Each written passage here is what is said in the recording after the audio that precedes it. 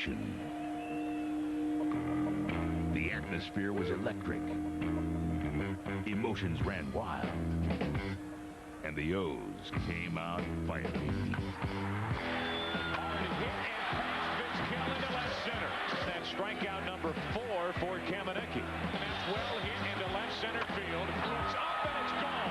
And you cannot say enough about Eric Davis, what he is made up of, what he has gone through. Alomar behind the bag, played in for game over. Gets the out at first to force game 6. Today, the Orioles return to the comfort of Camden, breathing new life. Will Davy Johnson and his Baltimore team rise with resilience to triumph? Or will Mike Hargrove's Cleveland Indians continue to defy the odds and keep that date with destiny? Game 6 of the American League Championship Series, next on Fox.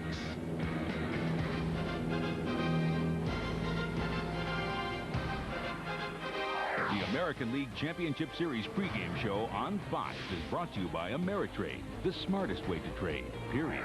Here's Chip Carey.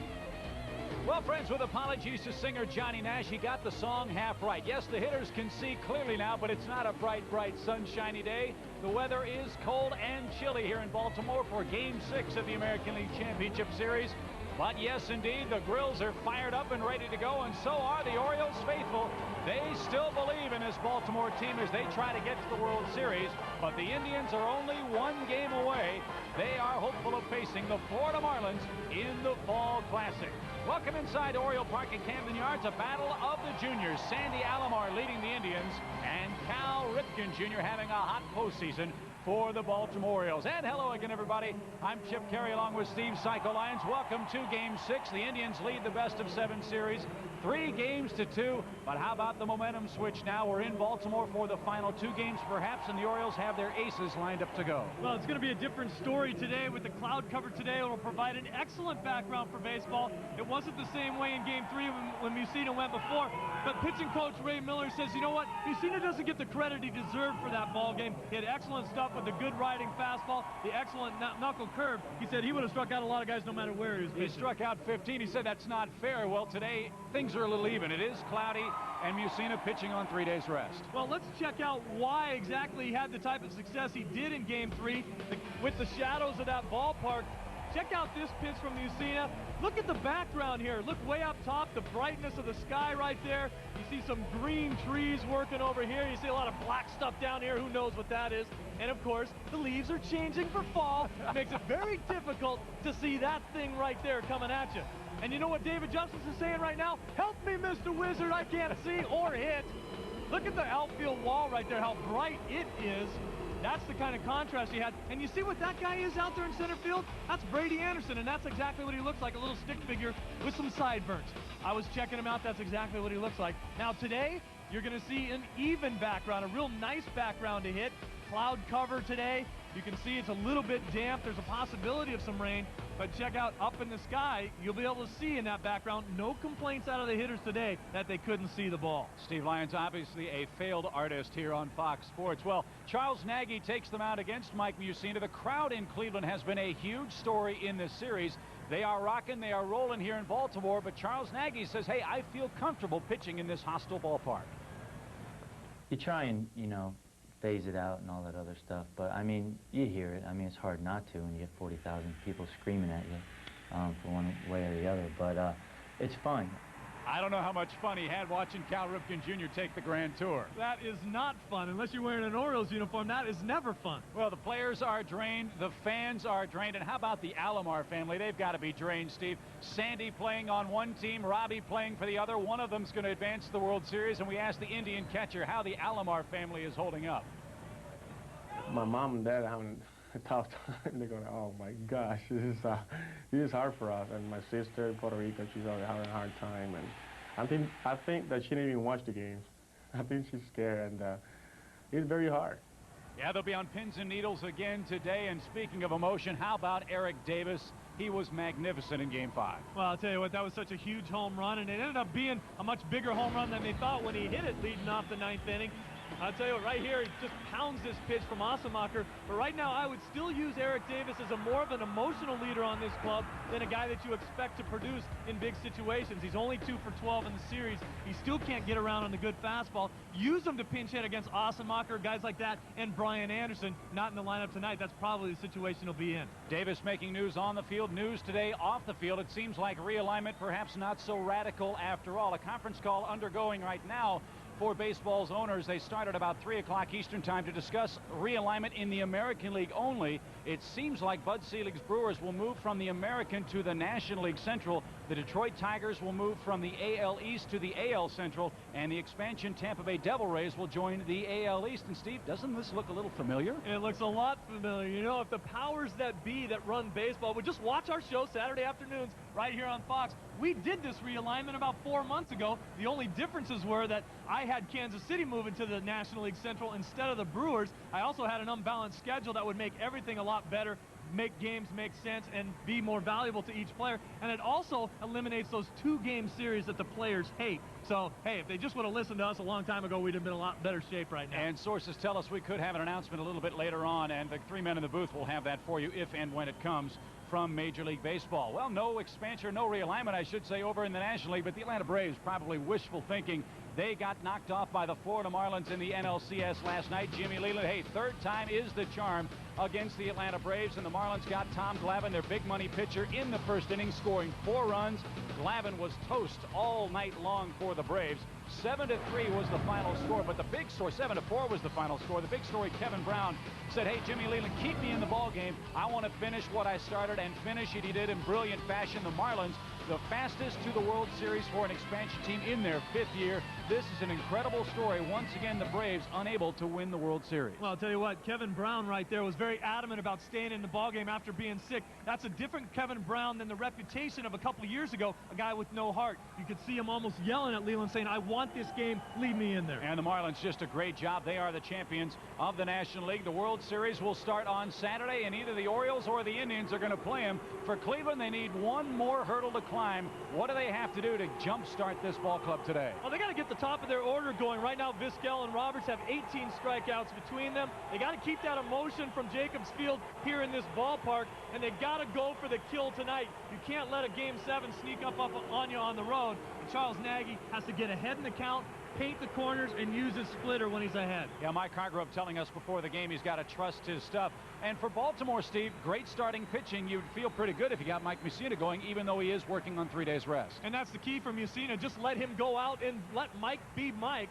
You've got to manufacture a few more runs for this ball club. They still don't get guys over or sacrifice at all, and you need more run production out of Alomar and Palmeiro, hitting just 247 between those guys. They need to step it up. And the bottom point I really like, you have to play like it is Game 7 for the Orioles. If they lose, there is no tomorrow. The Indians need just one more win to advance to the World Series. And again, the crowd has been a huge factor in this series. The Baltimore crowd's taken a few shots. They haven't been nearly as vocal, nearly as loud, nearly into the game as the fans were at Jacobs Field. Well, in the off day yesterday, all the radio shows, all the TV shows were talking about, hey, you got to come out and support this team. Put your orange and black on. Leave your cell phones at home. Come out and make some noise like they did in the Jake. That was unbelievable. I've never seen an impact like that before. I don't know if they can match that here. Well, we're set for Game 6, the Indians and the Orioles. Time now to send it up to Joe Buck, Tim McCarver, and Bob Brindley for today's call. Hello, guys.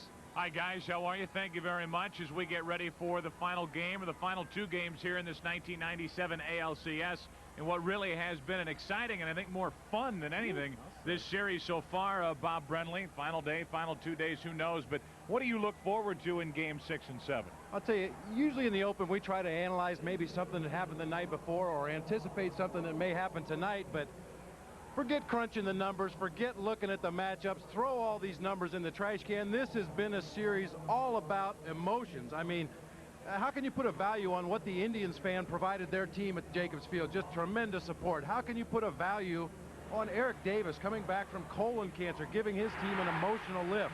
The players that play in the postseason talk about the highs seem to be higher and the lows seem to be lower. Well, we've had both sides of that coin, and anytime you have a series that has this much emotion, you're going to get a lot of exceptional play. You're going to get a lot of unusual plays, and we've had all of that. Yeah, more than our fair share of unusual plays, which has led to the excitement. You look ahead to today's game, Game 6. and a pitching matchup of Charles Nagy for the Indians and Mike Mussina for the Orioles. And I agree with Bob Brinley that you cannot ignore you have to ignore the numbers in the game, but you can't ignore the numbers that have been flashed by Mike Mussina. With 3 starts, 2 against Seattle and 1 against the Indians, look at those terrific numbers. In all 3 games, he's been very consistent. And when you think about it, you got a lot of great pitchers in the game. Clemens, Johnson, Maddox, Glavine. But the Baltimore Orioles convinced that they have the guy that they want out there today. If they could pick one guy, Mike Mussina would be the guy. Can the Indians win? Well, of course they can win. But if they do, Charles Nagy has to pitch the game of his life. Well, that's the matchup here today. Nagy and Mike Mussina. The call has been sent out here for the Orioles fans to make some noise. Well, they have reason to make noise. Mike Mussina heads to the hill. We head to Game 6 after this from your local Fox station.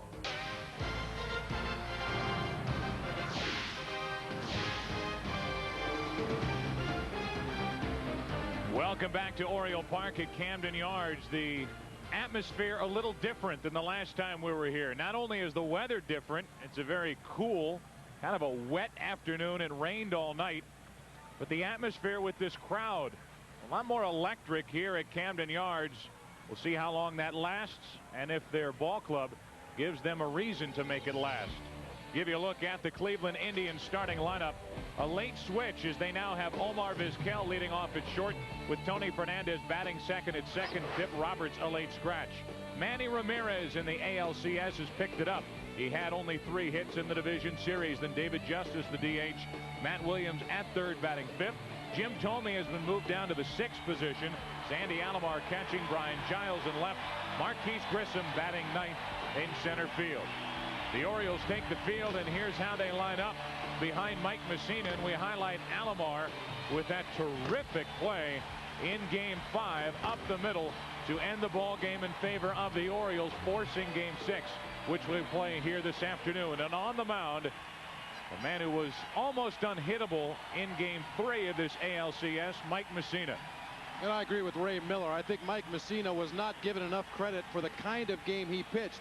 Granted, the conditions were less than perfect for the hitters, but throughout that ball game, he made very few mistakes, was very sharp with all of his pitches, working ahead in the count, and I'm sure they're anticipating more of the same tonight. Take a look at the scouting report for Mike Mussina. A knuckle curveball. He's thrown it since he was 8 years old. He holds it with the tips of his index and middle finger, and does it ever go down with a tight spin? 2 good fastballs. He'll cut the fastball occasionally. He throws harder than last year, keeping the ball down, and he's very, very intelligent. We'll give you an idea of how successful he's been in postseason play. In the 3 games that he has started, the 2 against Seattle and the 1 against the Indians, he has faced 78 batters. He has struck out 21, that's about 28%, and he's given up 10 hits, about 1 per 8 batters. He has just been terrific in the 3 games he's worked. So Mussina, because this series lasts at least 6 games, gets the start, and we get this from Brady Anderson on watching Mussina get back on the mound. We wanted to give Mike one more chance to pitch, so we feel good about our chances with him out there. They have a great pitcher going, Nagy also, but you know, Mike's been very dominating in the postseason, and I want to see him pitch one more time at least. Brady Anderson gets his wish as Mike Mussina works Game 6 against Charles Nagy and the Indians here this afternoon.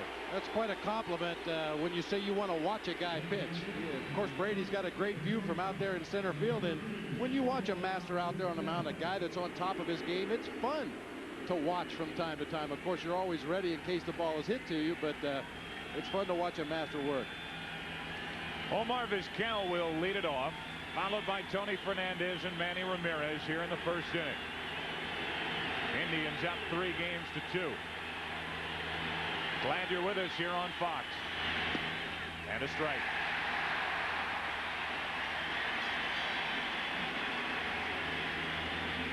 Bib Roberts, a deep bruise in his left thumb during batting practice. The reason he's not in the lineup here in Game 6. Might see him later, but it's Vizquel leading off. And a 1-ball, 1-strike count.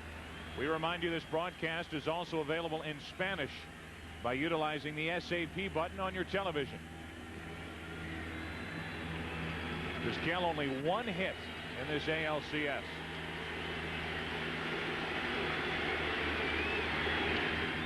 Strike 2.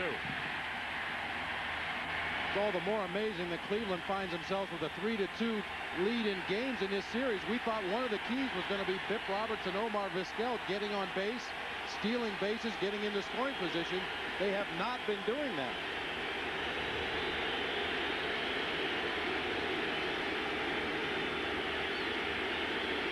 This crowd hoping for a strikeout to start it. 2 balls, 2 strikes. Just think about the Cleveland victories, the 3 games that they've won. A 3-run home run by Marquise Grissom, the second game. That was game 2 against Armando Benitez.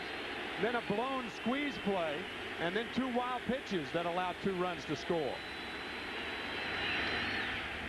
Still 2-2 on Omar Vizquel. I think it's fair to say, and I don't think people would deny that heading into the postseason, most in Baltimore, maybe including some of their players, look forward to a Yankees-Orioles ALCS. They didn't get it, but they have had more than their hands full with the Cleveland Indians in this ALCS, trailing 3 games to 2.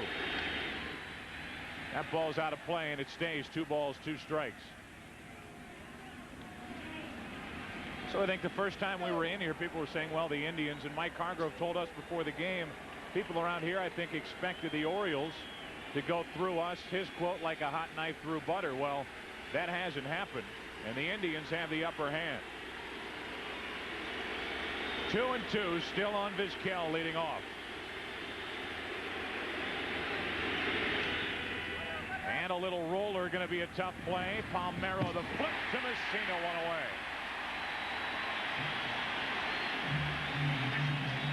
How many times do you see a flip from a first baseman that does not include a bare hand? Watch glove to glove right here. Well, we have seen more flips from the glove either at second base or now at first base in this series than I can remember in a long time. Bip Roberts, Omar Vizquel up the middle, Roberto Alomar, and now Rafael Palmeiro. That's too cold to take your hands out of your pockets, I guess.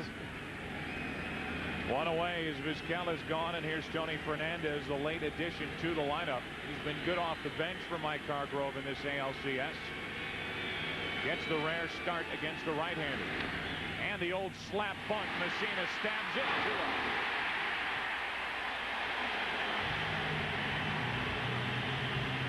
out. Look at that dandy play by Mike Mussina. Tony Fernandez tries to hit it towards shortstop, and watch Mussina. Terrific athlete, great football player in high school, Gold Glover last year, and he shows you why.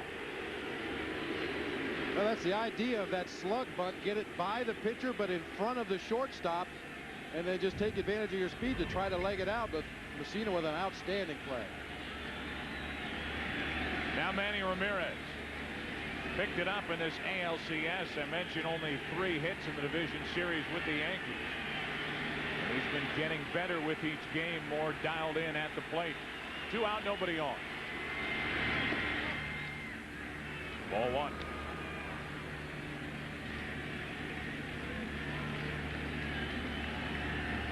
Sixth postseason start in the young career of Mike Mussina, still only 28 years old. First 2 postseason wins have come here in 1997 against the Mariners. 2-0. The home plate umpire is Mike Riley.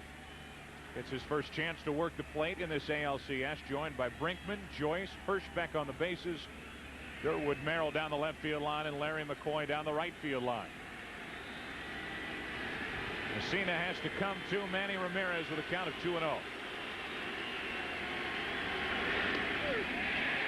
Outside corner, strike 1. That's always a good sign for a pitcher when you get into a hitter's count and have to throw a fastball for a strike, and you can still keep it out of the middle of the plate. Where Chris Hoyles is set up, Mussina just paints that outside corner.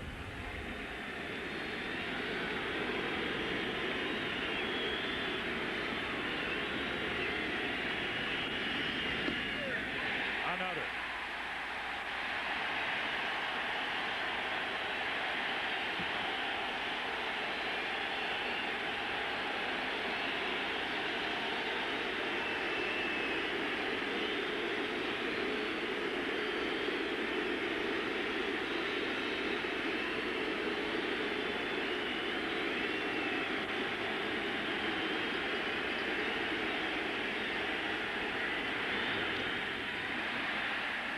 Ramirez stays up there at 2-2. You hear these fans. They're not booing. They're saying moose for Mike Mussina, their beloved pitcher here with the Orioles.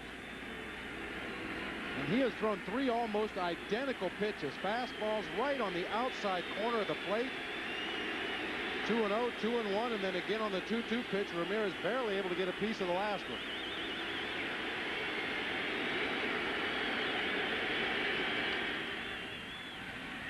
That's headed out of play. Still 2-2. You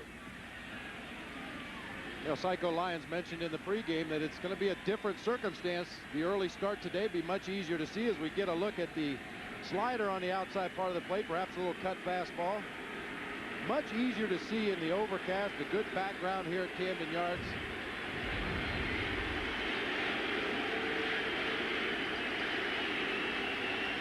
Vizquel grounded out to the right side. Fernandez, the slap bunt back to Mussina. The 2-2 to Ramirez. Should end the inning. Geronimo Baroa. Indians go 1-2-3. Bottom of the first inning. Nagy to work. Game 6. No score. 8th postseason start, and here's the lineup he will face. Brady Anderson. You can say a lot about Brady Anderson, including that he's hitting .350 with a couple of home runs in this ALCS, with Alomar batting second, Baroa hitting third, Harold Baines the DH, then Palmeiro, Ripken, and Suroff. Hoyles the catcher, and Mike Bordick at short batting ninth. How about the defense behind Charles Nagy with Giles, Grissom, and Ramirez in the outfield? 9 double plays turned in the 5 games so far in this ALCS. And here's right-hander Charles Nagy. Charles Nagy, a sinker ball pitcher. Davey Johnson telling us before the game that Nagy has to go down the ladder to be effective. He starts at about the knees, and then he pitches around mid-shins to most of the hitters, and that's how he can be effective. He must keep the ball down. You've heard that expression, go up the ladder. Nagy goes down from the second rung. And like chutes and ladders. Great board game. Brady Anderson first up. Alomar, Baroa to follow, and a ball low and away from Charles Nagy. Gave you the numbers for Anderson in this ALCS. The postseason, he's hit 3 home runs.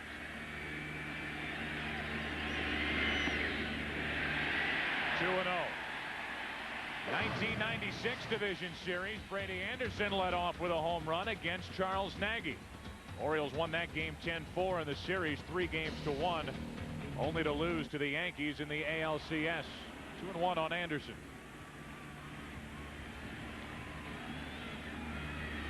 Brady's apparently having some trouble. Something in his eye right there. Nagy working him on the inside part of the plate with hard stuff. That's been the way they've gone after Brady Anderson after the first couple games of this series. They've been pounding him in hard with fastballs and trying to throw the breaking balls away, the off-speed stuff away. See the sinker on the inside corner there from Charles Nagy. But that is a dangerous pitch with the count 2 balls and no strikes. You try not to jam hitters when you're behind in the count if you're a pitcher. Generally speaking, when you're behind in the count, you work away. When you're ahead in the count, you work inside. Nagy behind on the count here. 2 balls and a strike. Trying to pull that outside pitch. 2-2.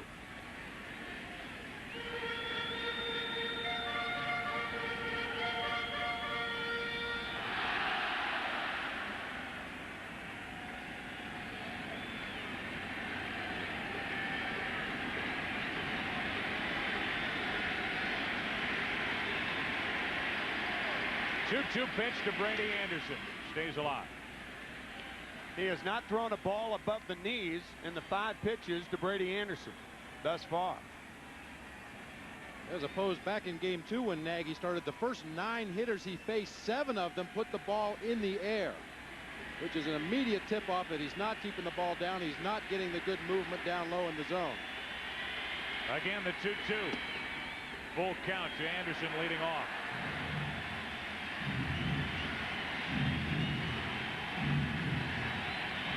Indians trying to win here in game 6 to get to the World Series. The Orioles and their fans wanting game 7 tomorrow night. leadoff walk.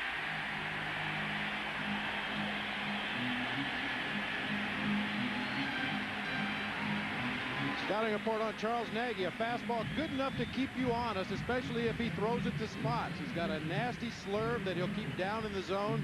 The split-fingered fastball he uses mainly against lefties, but the last bullet point cannot be overemphasized with Charles Nagy. He must keep the ball down. A walk to Brady Anderson. And now Roberto Alomar.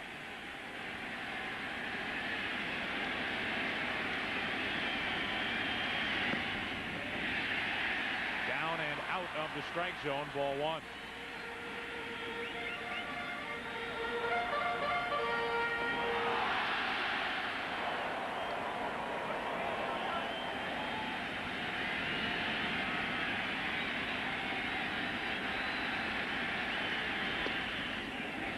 Down again, but Alomar went around. 1 ball, 1 strike. That's John Hirschbeck ringing up Roberto Alomar. Breaking ball down in the zone, and Roberto goes too far.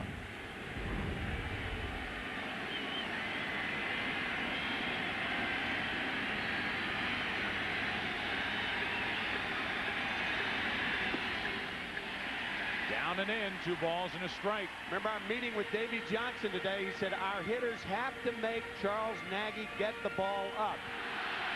He has thrown no pitch higher than the knees so far to either Anderson or Alomar.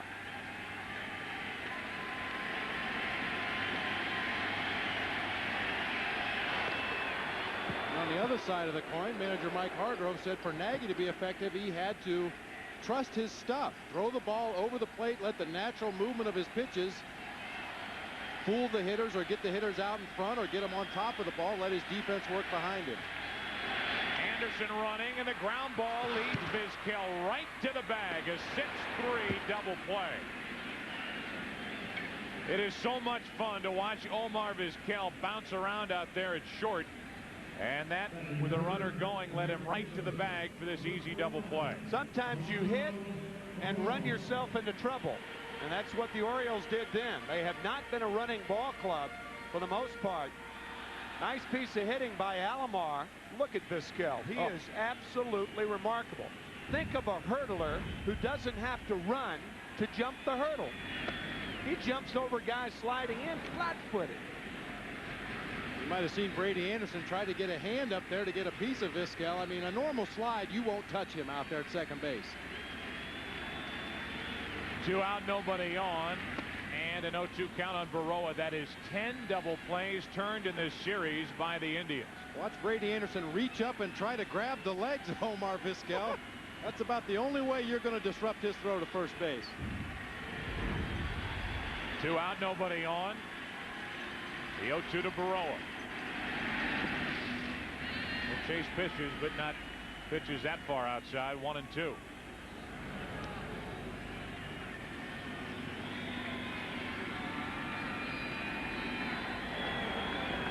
A leadoff walk to Brady Anderson. The double play ball followed off the bat of Alomar. And now 2-2 on Baroa.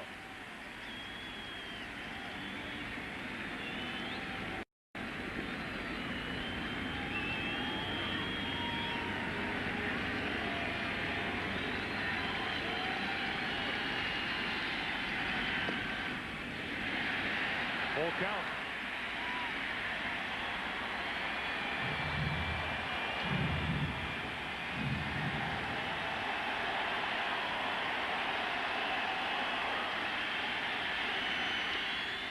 Into deep left field. Giles back, can't hang on. And a 2-out double for Geronimo Baroa.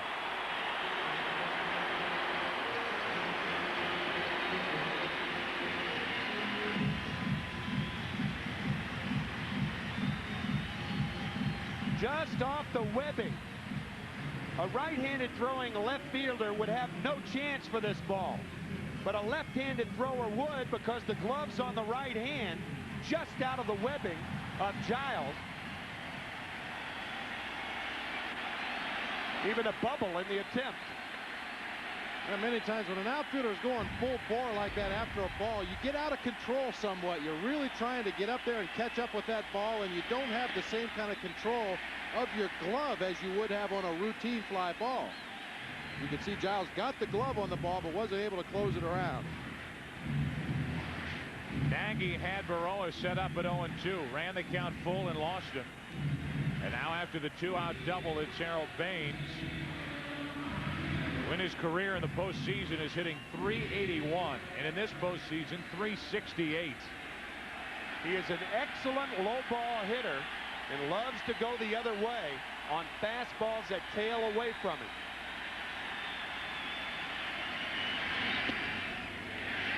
Just inside, 2-0. That's why Nagy and Alomar are trying to establish inside to Baines and get him to thinking about that inside pitch, so then they can go away.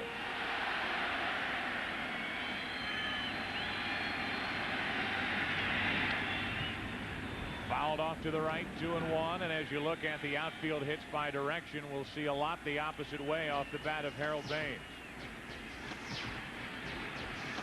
Well, the hits that Baines has to right field are generally when he's ahead in the count and he turns around and looks for something from the middle of the plate in. Once he gets to 2 strikes, he's almost exclusively an opposite field hitter. Runner at second, 2 out for the Orioles, and 3-1 on Baines.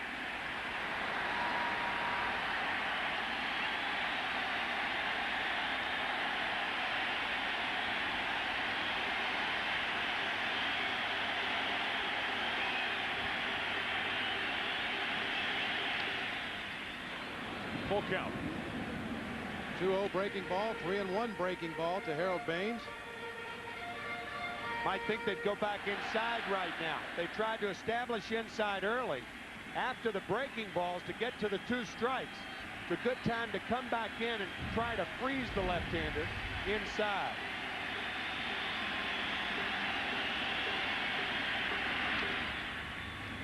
Again fouled to the right, still 3-2. A walk to Anderson leading off. A double by Baroa, but a big 6-3 double play turned by Vizquel. And again, the 10th double play turned in this ALCS already by this Cleveland ball club. So a runner at second, 2 out, and the 3-2 to Harold Baines. Now Palmeiro walks to the plate. You know, when you look at the numbers of a sinker ball pitcher like Charles Nagy, he's going to give up a hit an inning. That's pretty much standard for a sinker ball pitcher because batters are going to put the ball in play. Occasionally they're going to find a hole, get a base hit. The thing he has to avoid is big innings by walking guys, putting batters on base, and then have that 1 base hit per inning come at a very crucial time. One thing I think you try to stay away from, of course that's true for every pitcher, you try to stay away from a team bunching hits. You can hold them to 1 or 2 hits an inning. Stay away from the big inning, then you're doing your job.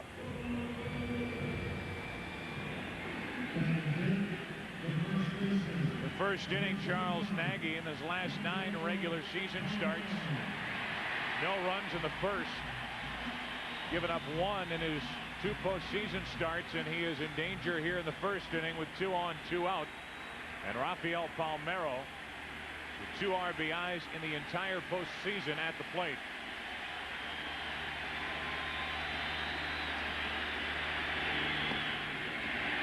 And again, Nagy falls behind.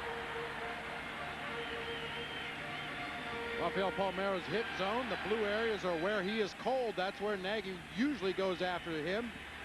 The dark red areas are where Palmeiro has tremendous power. Up and in, low and away. Standard procedure against major league hitters. Rolling away, and it's 2-0. You have a sinker ball pitcher on the mound, though. He's not as likely to go to those blue areas that were up high. The up and in, the up and out over the plate, because that's not where you want to throw a sinker ball.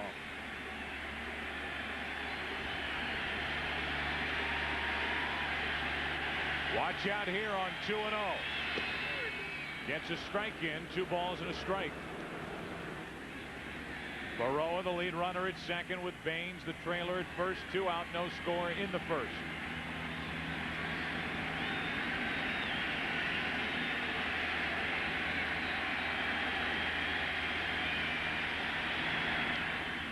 Little out in front, 2-2.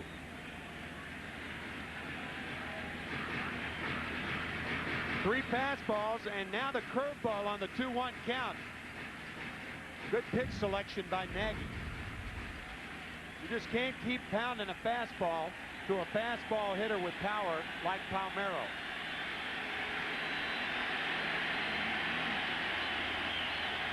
Two-two pitch. Charles Nagy into and out of trouble in the first. A double, 2 walks, 2 left, 1 inning, game 6, no score. The order will bat for the Indians in the second with no score against Mussina. Justice, Williams, Thome, if anybody gets on Alomar, with no score.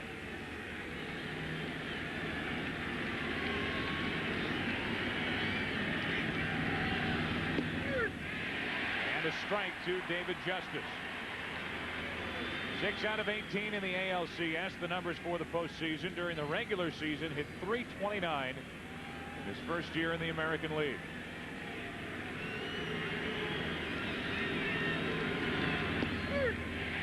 That caught the outside corner. Strike 2.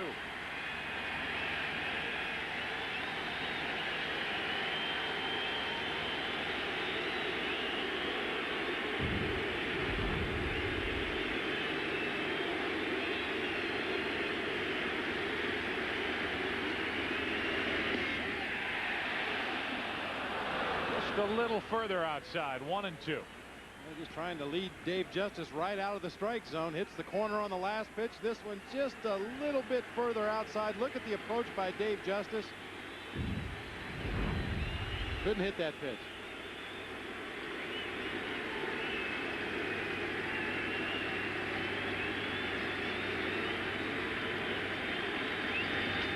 The opposite way for Surhoff. First 4 are gone for the Indians this afternoon. What a dandy bit of clutch pitching by Nagy to get out of the first inning. A fastball to Rafael Palmeiro, low. Another one, low. A key pitch, 2-0 strike. Now the breaking ball fouled away, and right into your living room, here comes the tumbler. Out of the strike zone. How about that shot? Right from his hand into the mid of Sandy Alomar. Great pitching by Nagy to get out of first inning trouble. 1 out, nobody on for Williams. Strike 1. The first split finger Nagy's thrown in the ball game today, and it was a nasty one. You know, we talked about Chad O.J. in the ball game on Monday night. We felt that he should avoid throwing the breaking ball to the left-handed hitter, stick more with hard stuff and straight changeups. In Nagy's case, that would be the sinker and the split finger as opposed to the breaking ball to the left-handed hitters.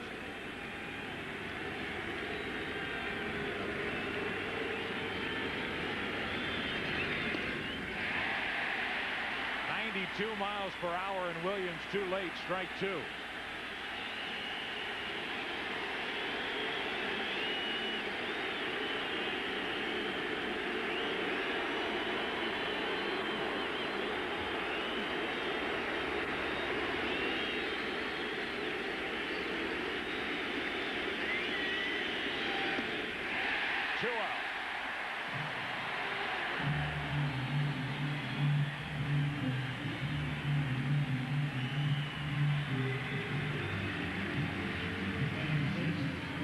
That'll bring in Jim Thome, who is looking for his first hit at this ballpark this season.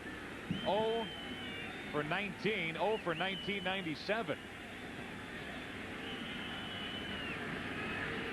One of 5 Indians who've had trouble hitting here in Baltimore this season. Thome with 2 out, nobody on, takes a strike. Which really makes no sense, because everybody you talk to in the American League said this is the best ballpark to hit in the league, particularly for power. And the Indians, with a lot of power in the middle of the lineup, have not had good success here.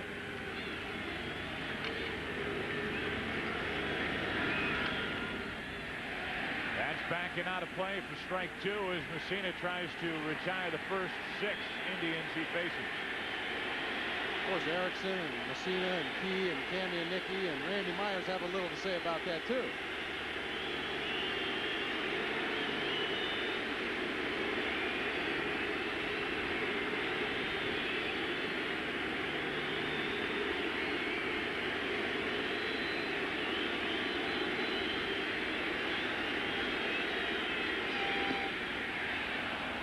1-2. Tomey, his career at Camden Yards, hitting just over 200. 4 home runs, 11 RBIs, but that's in 24 games. And no hits this year, 19 at bats. Wow. 2 out, nobody on, 1 ball and 2 strikes. Mussina perfect through 2.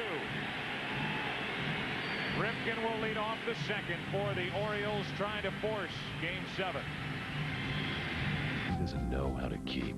Where's your wedding ring? Party of 5. It all starts tonight at 8/7 Central. The 1997 American League Championship Series on Fox is brought to you by Ameritrade. Smartest way to trade, period.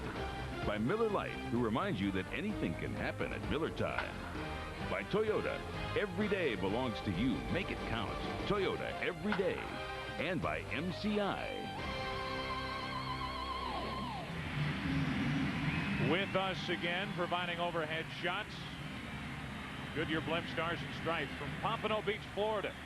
At the controls is Captain Dick Esch from Fort Lauderdale, Florida. And we welcome them back. Made the trip to Baltimore. Chilly afternoon. As Ripken tries to heat it up for the Orioles here in the second. No score. Nagy back to work. And that's strike 1. Ripken 6 for 20 in this ALCS, 13 hits, 36 at bats for the postseason. Translates to an average over 360.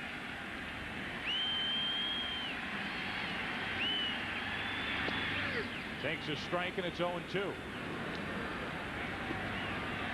Ripken bothered by that bad lower back last month of the season. You would have to imagine on a cool day like this, a little tougher to get loose. He's amazing. A leadoff hit into center to start the second.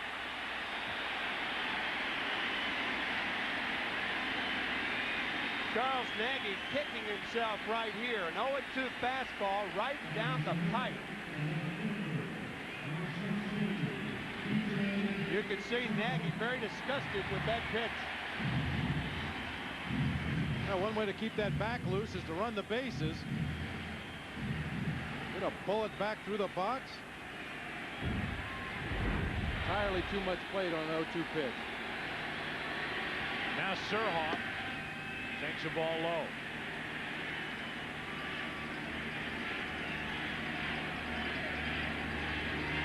BJ, one of 2 members of this Orioles starting lineup trying to get to the World Series for the first time. The other, Palmeiro. Both have had long big league careers. 2-0 now on Surhoff.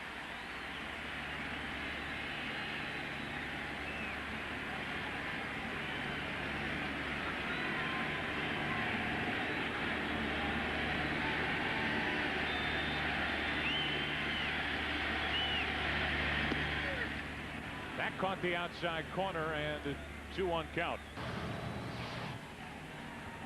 B.J. Surhoff in 1996 Division Series home run for the Orioles. And as we keep looking back, it reminds you of the postseason history between these two that dates back to last October.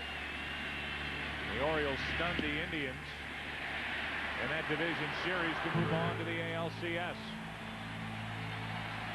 Surhoff up on the count here, 3-1, and up with his career average against Charles Nagy, over 400.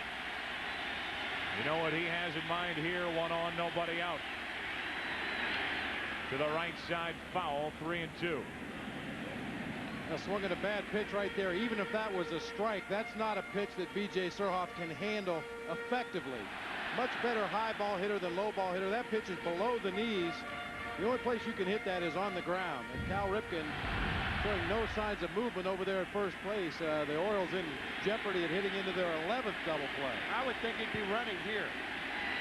On the move, and Surhoff pops it up. On the infield for Tony Fernandez. 1 on, 1 out. So Nagy with good work to battle back and get Surhoff for the first out in the second. Well, you hear hitters coming back to the bench and shaking their heads as Surhoff is doing, saying, I got myself out then, and he did. The 3-1 pitch, as Bob pointed out, was low. The 3-2 pitch was high. So of the 6 pitches thrown, 5 of them were balls. Up under that one a little bit. That 3-1 pitch is the one he's kicking himself over. Ball below the knees. So now 1 on, 1 out for Hoyles. He hit a home run in the division series against Seattle, but just 2 out of 9 in this series. Jammed there for strike 1.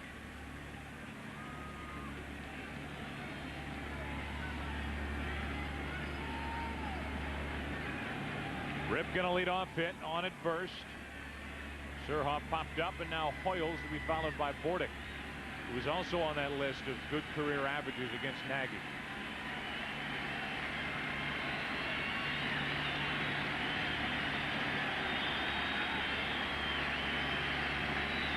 Sandy Alomar checking the feet of his counterpart. A strike, and it's 0-2 and a blink to Hoyles. You'll see a lot of catchers do that before they give the signs. They'll check the feet to see if there's different foot movement in the batter's box. Sometimes the body language, look at Alomar right there. He's looking at the feet. The body language of a hitter will denote where he's looking for a pitch, possibly. 1-2. With Hoyles at the plate, a right-handed hitter who generally pulls the ball on the ground. We see Tony Fernandez cheating way over towards second base.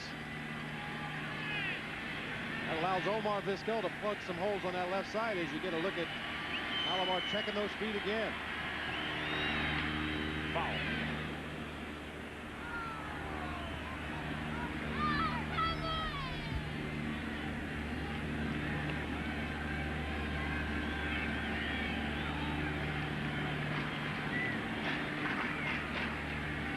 Chris Hoyles a part of that key victory for the Orioles in Game 5, the 4-2 win. The 1-out hit in the 3rd inning. He and Anderson scored the first 2 runs of the night.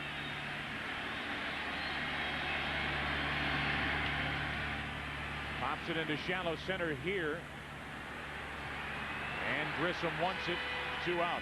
I bet every time Marquise Grissom comes in for one of those pop-ups behind second, out of the corner of his eye, he's kind of looking for Vizquel. You never know what Omar Vizquel is going to do. Yeah, you're almost, if you're a center fielder or a left fielder, you're almost confronting Vizquel on any ball with a lot of hang time. He's looking at him, look, Omar, let me handle this one for a change. Yeah, normally a shortstop will gladly give way to a center fielder, but Grissom has to look twice to make sure Vizquel's going to give up on the ball, let him catch one. Don't run me over.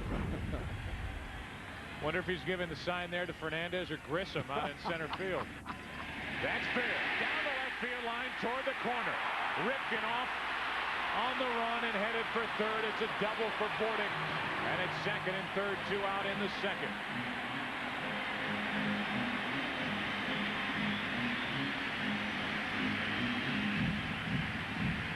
Hanging curveball, and Brian Giles, the left fielder, playing this as he should, very cautiously, right down the line.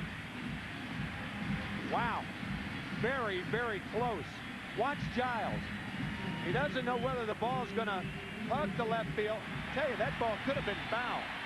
That could have been a foul ball. It looked like Matt Williams is pointing foul. Third base umpire John Hirschbeck says it's fair. Good play by Giles to keep Ripken at third. That was awfully close to being a foul ball. That first replay we got, we all looked at each other. Right. Like, wait a minute. Yeah. Now it's second and third, 2 out for Brady Anderson. On a ball ruled fair by Bordick, it's a double, and that's foul, we know, for strike 1. Let's take another look at that ball hit by Bordick.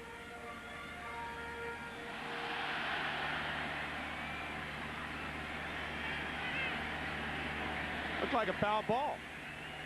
I'm with you. That's a foul ball in my mind. Looked like it hit foul just before it got to the bag. Bounced over the bag in foul territory. As a ball can hit in fair territory, go over the bag, and end up in foul territory. Anderson clunks one off to the right side. Doesn't really matter as Brady grounds out 3 unassisted. And Nagy gets around 2 hits in the second. Orioles have already left 4. Back for the third after this from your local Fox station. No score after a couple. Mike Mussina back to work in the third.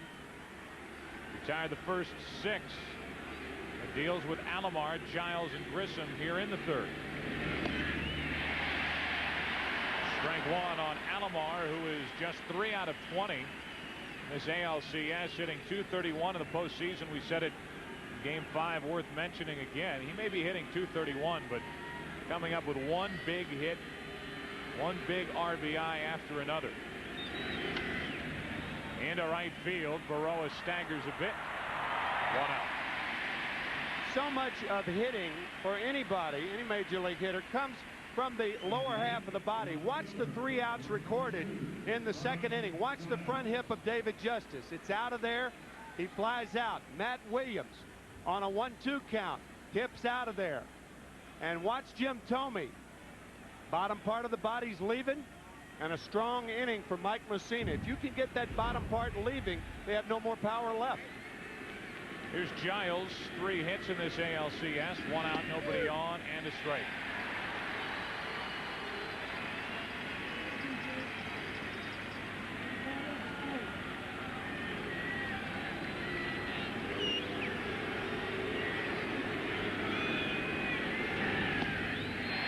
Strike 2. 95 miles an hour on that fastball from Mike Mussina. Picking up speed every inning. He'll be throwing 110 by the 9th. This crowd wants strikeout number 3 as Mussina deals with Giles. 1 out, nobody on.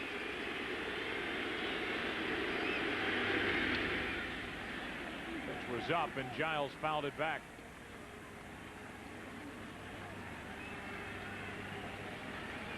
But to get on top of that good high fastball, especially for a low ball hitter like Giles, just hits the bottom part of the ball, fouls it straight back. Mussina's got a couple different ways to go now. He can go up higher than that pitch, try to get Giles to chase again, or go back down in the dirt with that knuckle curve. Fastball 1-2.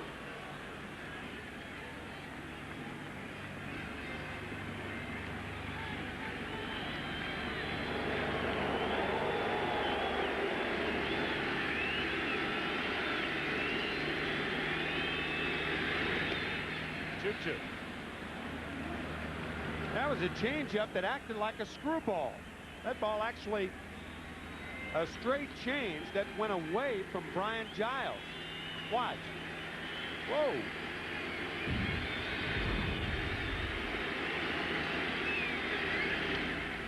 Back toward us.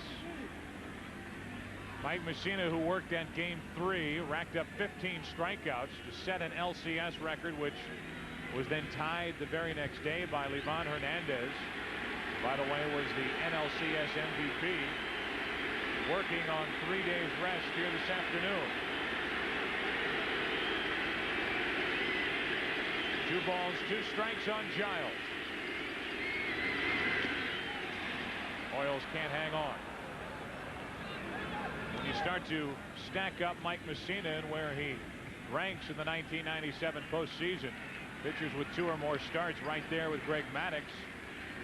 However, Maddux and the Atlanta Braves are now setting up tee times while the Florida Marlins are going to the World Series. 1 out, nobody on, 2 balls, 2 strikes. Just tied.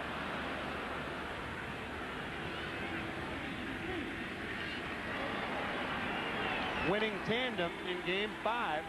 Jimmy Key on the left, Scott Kamenecki the starter. Kamenecki going 5, Key going 3. 2 out.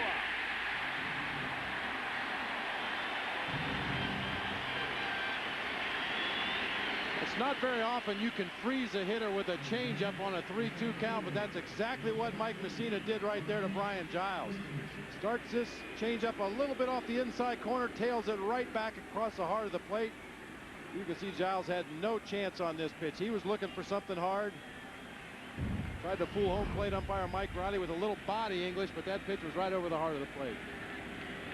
And now Mussina deals with Marquise Grissom. Too much upstairs. Strike 1. Last time the Indians were here, Game 2, Grissom hit what was In essence, a game-winning 3-run home run in the 8th inning off Armando Benitez.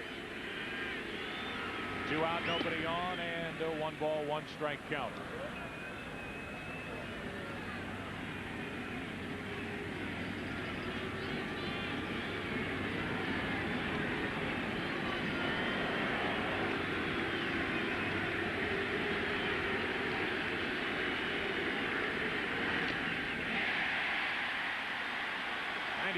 Miles per hour to Grissom, who's now in the hole. Grissom's been in the middle of everything. He was the man at the plate on the wild pitch by Rhodes, which led to not 1 but 2 runs scoring. That crazy play at the plate. Alomar scored that game 4, an 8-7 Indian win.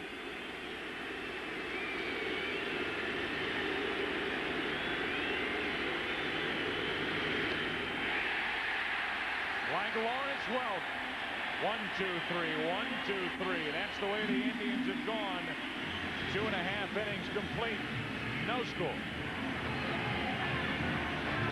We move to the bottom of the 3rd inning with the Indians trying to win here today to reserve their spot in the 1997 World Series. The Orioles and their fans hoping for Game 7 tomorrow night. No score, and Alomar, who grounded into a double play his first time up, takes a ball. Baroa and Baines will follow.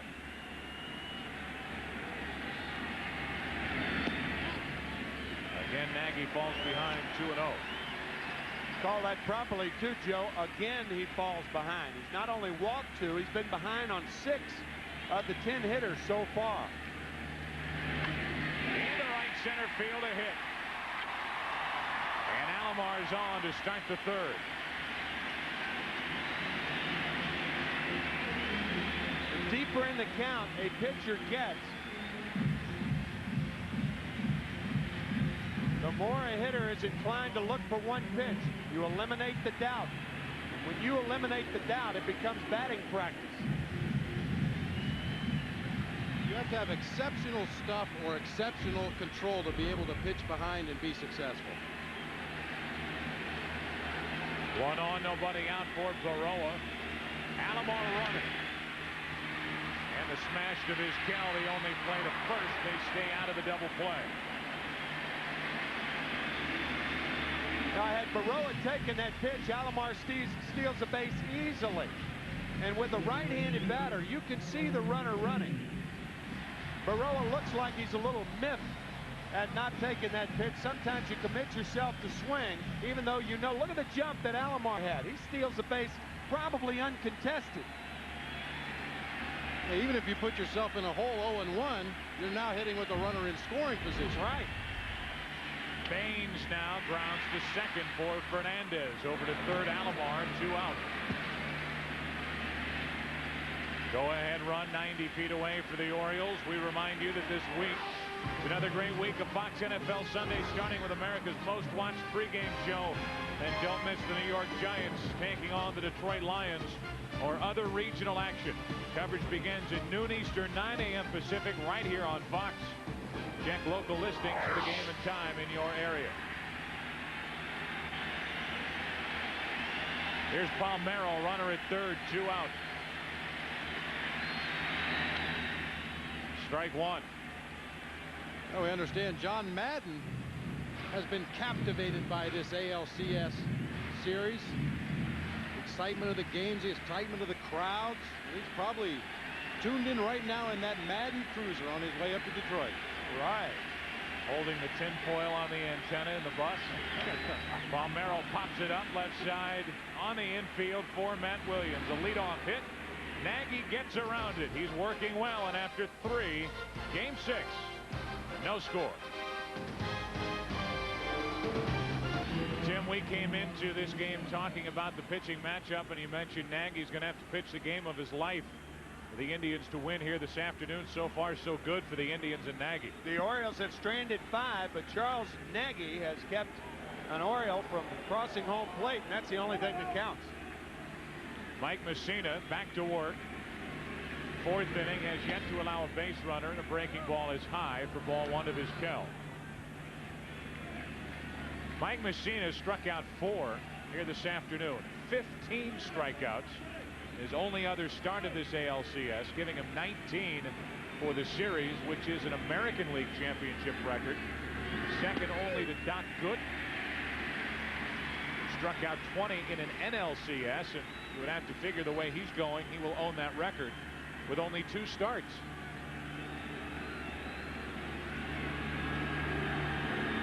One ball, one strike on Vizquel leading off. Right at Alomar. 1 out. Well, Mussina has done it in a variety of ways in the ball game today. Struck out Matt Williams with a breaking ball low and outside. Got Jim Thome with the knuckle curve. Brian Giles with a changeup, called strike 3. And then Marquise Grissom with a good fastball on the outside part of the plate, using all of his weapons in the game today. Yeah, that's the thing about Mussina. You can't get comfortable with any one pitch. If you look for one pitch, he seems to have that uncanny knack to throw another one, kind of like Greg Maddux. 1 out, nobody on here in the 4th inning for Tony Fernandez. Third base side for Ripken. He's out of room. We talk about Mussina, who during the year signed a contract extension through the year 2000. And the accolades just continue to build and pile up for Mussina as he works his way through this 1997 postseason. And even though they paid a hefty price, the Orioles looking back on that decision as a good one. And I'm sure Mussina is as well. To have that taken care of, they can worry about what he does best, and that is this. Little ground ball to the right side. Mussina unassisted, 2 out. And that's the first 11 retired in order by the Oriole right-hander. Right now, a Miller Lite game break, and we take you back to one of the most memorable swings of any postseason. October 15th of 1988, Kirk Gibson, the game-winning home run, and the limp around the bases. The leaping of Tommy Lasorda in the 5-4 Dodger victory in Game 1. That was in 1988, and the Dodgers won that World Series over the heralded Oakland Athletics 4-1. And the great call by your dad, I cannot believe what I just saw. And for the last 10 years, neither can we. 2 out, nobody on. Ramirez takes a strike and a breaking ball. I don't think anybody could. No. Manny Ramirez flied to right his first time. Well, Lasorda was so excited he jumped over a dime on his way out of the dugout there. Might have been the first time he ever jumped over. Only kidding, Tommy. Oh, I was waiting for that. 1 ball, 1 strike. Dear Tim McCarver, stop. Thanks a lot. Stop. Love, Tommy.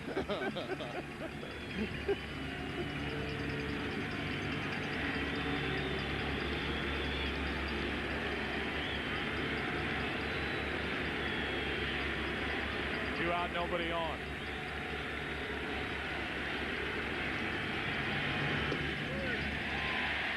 Strike 2. Of course, he'll bill that telegram to the Dodgers.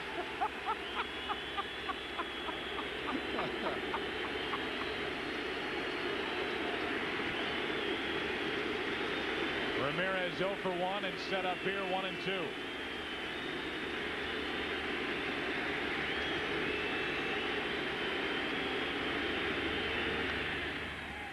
Right at Alomar. And another 1, 2, 3 inning for Mussina. Bottom of the 4th. Ripken, Surhoff, and Hoyles, no score.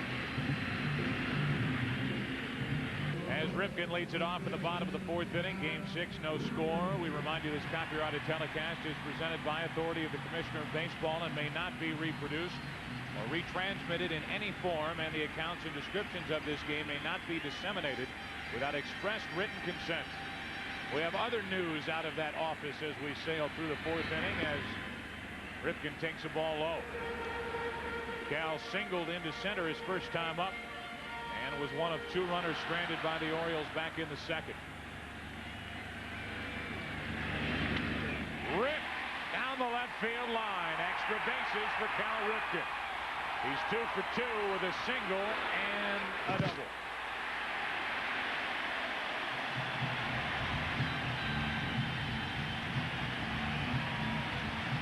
Ripken with a home run, a 2-run shot, and a single against Nagy in game 2, and now a hanging curveball to go with a single his first time up. So Ripken 4 for 5 against Charles Nagy.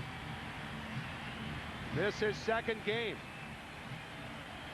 Well, this is what happens to a hanging breaking ball to a major league hitter. A 1-0 count, you would think he'd be looking for a fastball to hit, but he leaned on that curveball like he knew it was coming. And now a runner at second with nobody out for B.J. Surhoff. And a ball from Nagy. We'll get a look at that hanger again from Charles Nagy. Starts on the inside part of the plate, breaks right over the heart of the plate. Giles made this a close play at second base. Now Surhoff pops it up to the left side for Vizquel, and Surhoff 0 for 2 with a couple of pop-ups. Came in hitting over 400 lifetime against Nagy, and he's 0 for 2 with a man on in front of him. Just to finish off that business as Hoyles walks in, baseball owners approved a one-team realignment plan today that in effect gives Kansas City the first choice to join the National League next season. It's approved during a telephone conference call, and it didn't specify which AL team will move, but Seelig saying the decision will be made after the World Series. The word is Kansas City has the first chance if they want to switch to the National League Central.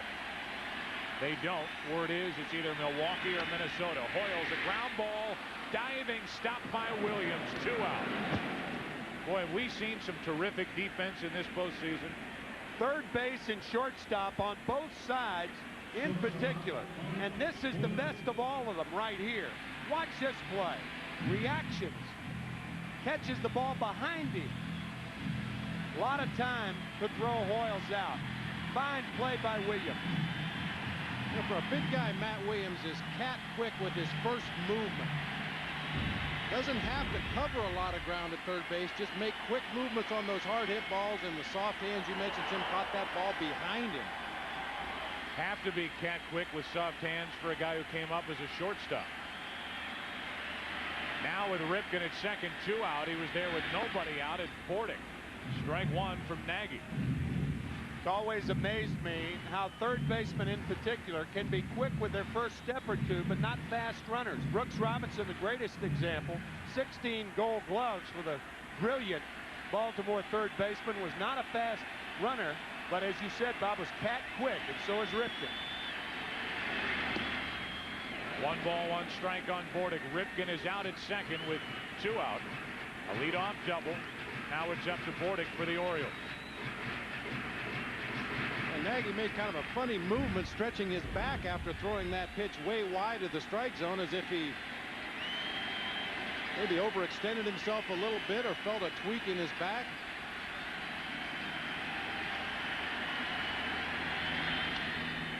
Into center field, Grissom is there, and Nagy gets around a leadoff double by Ripken. Nagy going toe-to-toe with the Orioles and Mussina. After 4 in Game 6, no score. David Justice will lead it off for the Indians in the 5th inning with Williams and Thome to follow. No score. Orioles 5 hits, Indians 0. They've yet to put a man on base. Mike Mussina has yet to work out of the stretch. And a strike on Justice, who flied to left his first time up. You know, back in Game 3, Mike Mussina didn't give up his first base hit until there was 1 out in the 4th inning. That was a single by Manny Ramirez, and he has blown right through the 4th and into the 5th now.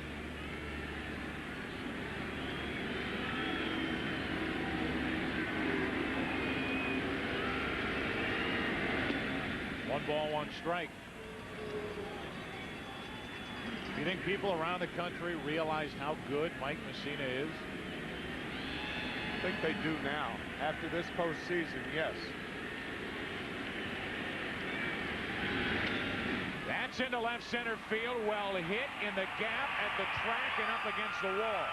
David Justice, the first hit for the Indians, and it's a leadoff double in the 5th.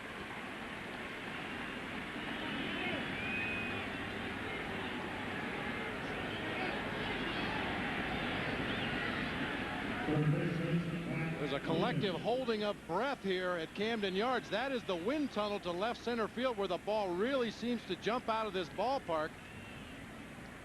Short hops the wall out there. Surhoff has to play the rebound and get the ball back in to hold justice to a double, but very scary moment there when that ball was hit in the air in that direction in this ballpark. So David Justice on at second, but think about Matt Williams making the play that he made at third base to save at least one run. Bob and I were both talking about catching the ball behind you. Right there, that gives you an idea of how hard the ball was hit and what kind of dandy play that was. Took a hit and a run away, and now with Justice at second, nobody out. The Indians will win here today. They're in the World Series. Try to break out in front. It was Williams who got the first RBI and the only RBI against Mussina in Game 3, that 4-hour, 51-minute game, with a base hit up the middle back at Jacobs Field. And keep in mind, Mike Mussina's been pitching out of the windup up to this point. Now he's into the stretch. Be interesting to see if there's an adjustment period here until he gets comfortable pitching out of the stretch. Go ahead run at second with nobody out, and a 2-0 count on Matt Williams. Many times a pitcher will fall into such a good rhythm working out of his windup, never getting runners on base, and suddenly you find yourself in the 5th inning, a leadoff double, and now you're working out of the stretch for the first time since you left the bullpen before the game. Behind on the count, 2-0.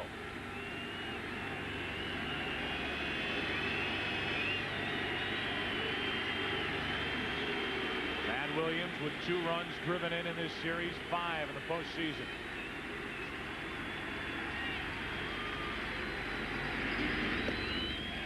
Williams went for strike 1, 2-1.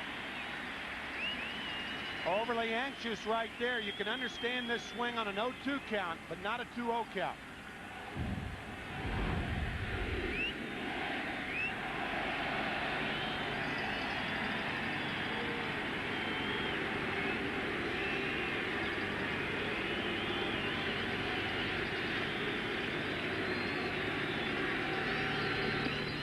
Up and in, 3-1. On deck is Tomey, batting in the 6th position. Then Alomar.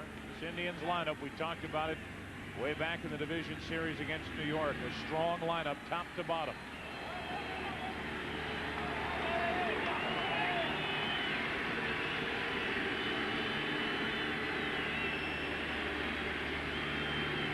Williams up on the count, 3 balls and a strike.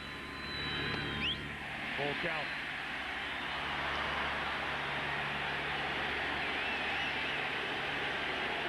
All 5 pitches have been away to Matt Williams. This looked like a cut fastball right on the outside corner.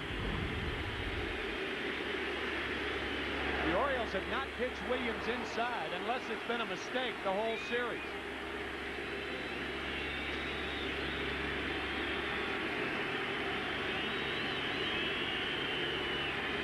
Three-2 pitch to Matt Williams. 1 away.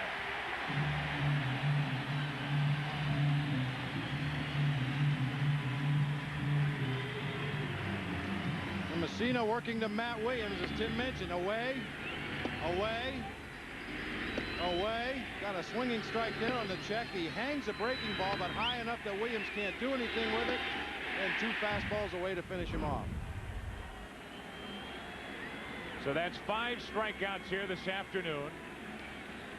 36 during this postseason, which is a major league record when you combine what he did in Game 3 of this LCS and the 2 starts against Seattle.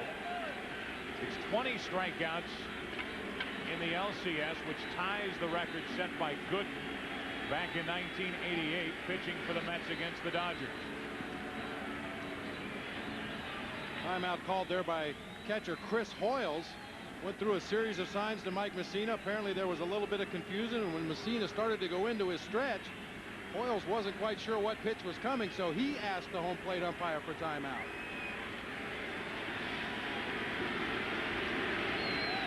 Justice at second with 1 away, and Tomey now.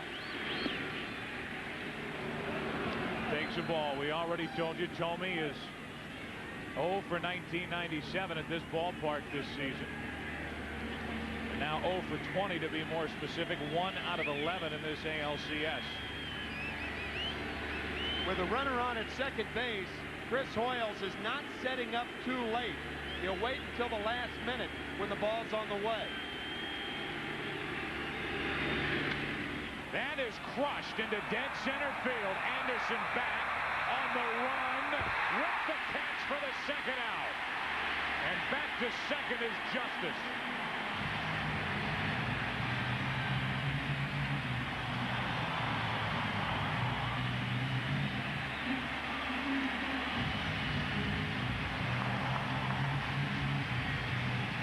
It looked to me like Brady Anderson was so surprised that he caught the ball. His first move was to bring the ball out of the glove and show left field umpire Derwin Merrill that he had the ball. It looks like it's snow cones out of his glove here right at the end of the play. Watch the ball. Comes up towards the fingertips. He traps it in there with his bare hand and shows it to the umpires that indeed he caught the ball. Bent over at the waist after throwing the ball back into the infield. Of course, he's had the banged up ribs, appendicitis, and a partridge in a pear tree. It's been that kind of year for Brady Anderson. And that catch for the second out, and David Justice, who was around third base when that catch was being made, had to come back to second. So not the world's greatest base running, as Justice is at second with 2 out for Alomar. The Indian fans hoping that Sandy can come through yet again. Runner at second, 2 out, and ball 1.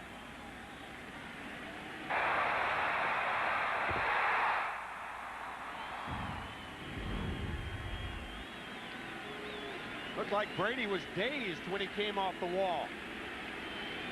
Showing the left field umpire, Derwin Merrill, that he did maintain possession.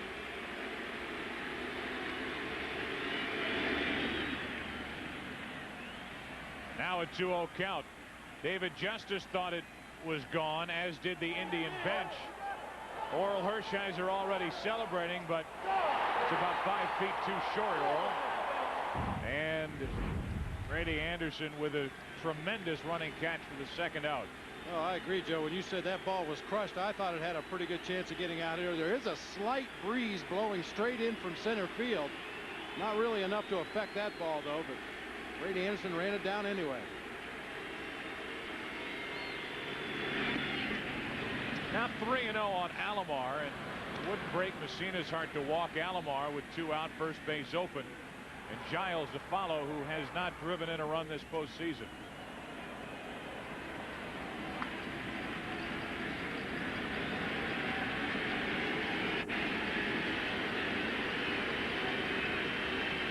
Justice at second. He was there with nobody out. He's there with 2 out.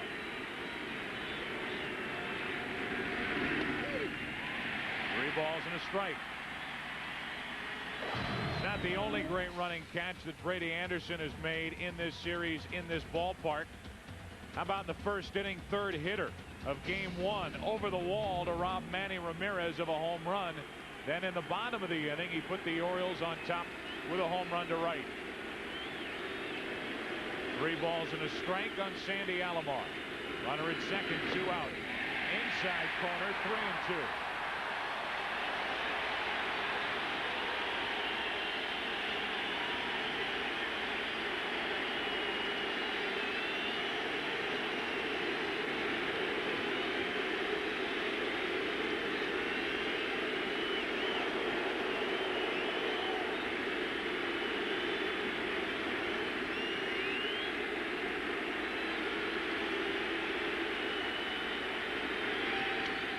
Down the right field line, but slicing foul.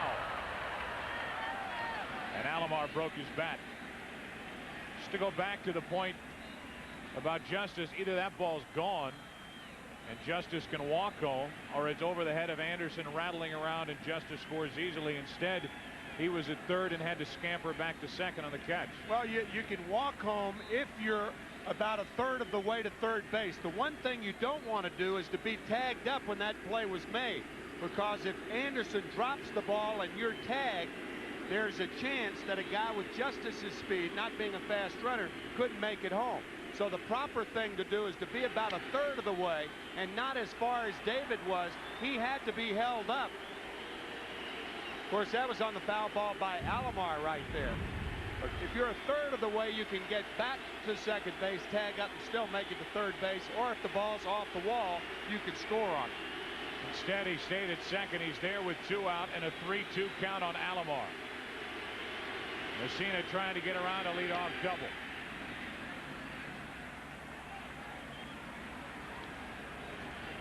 Did it look to you, Bob, as though early Mussina was content to pitch around Alomar and then hitting the corners he's now going after? And once he got to 2 strikes, now he's going to try to make nasty pitchers pitches and get him out. I agree with you. I think early in the count he wasn't really too concerned about walking Alomar, going after Giles, a guy he probably feels more comfortable going after, especially given Alomar's history of coming up with big hits.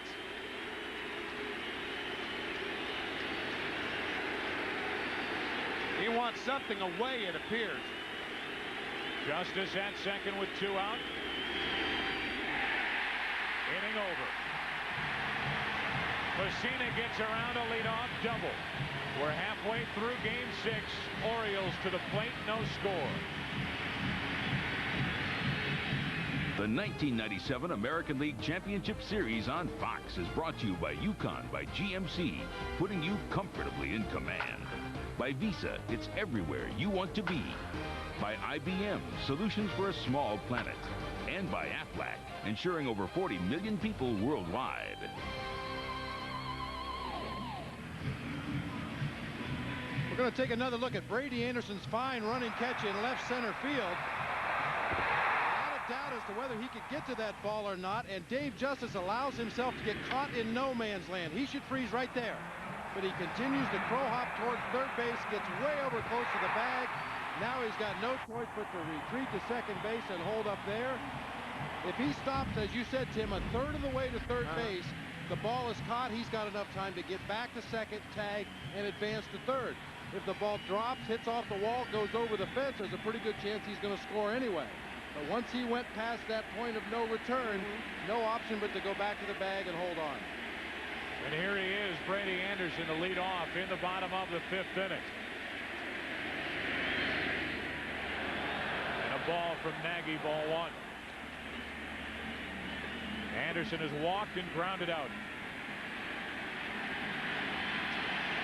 They have put their leadoff man on, but have done nothing with it. Foul for strike 1.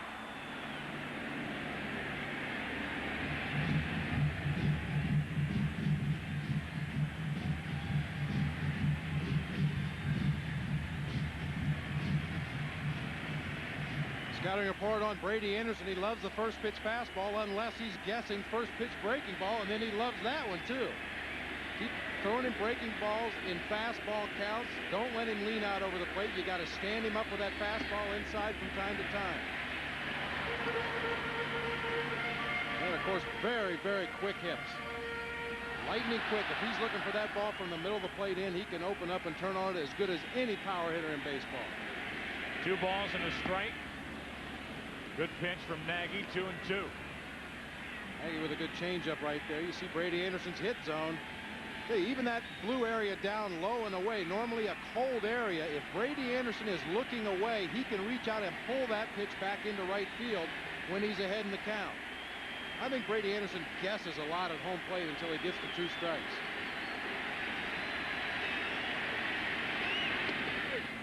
Inside corner struck him out, and that's the 2nd strikeout for Nagy.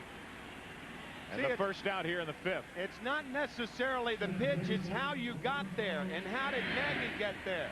He misses with the fastball. Fastball is pulled foul. He misses inside. Then the splitter. And now watch the fastball right on the hands inside corner. 1 away, and now Alomar. Nagy is doing exactly what you two talked about. He's giving up hits. He walked a couple in the first inning, but he's not allowing the big inning, not allowing the Orioles to bunch those hits together. Strike 2 on Alomar. You know, I think that strikeout on Brady Anderson, a lot of that had to do with the history that Charles Nagy has. Get a look at the slider here. It appears down and into Roberto Alomar. The history he has going to the split finger with 2 strikes. The Oriole hitter, they know that's a pitch he likes to go to when he gets ahead in the count.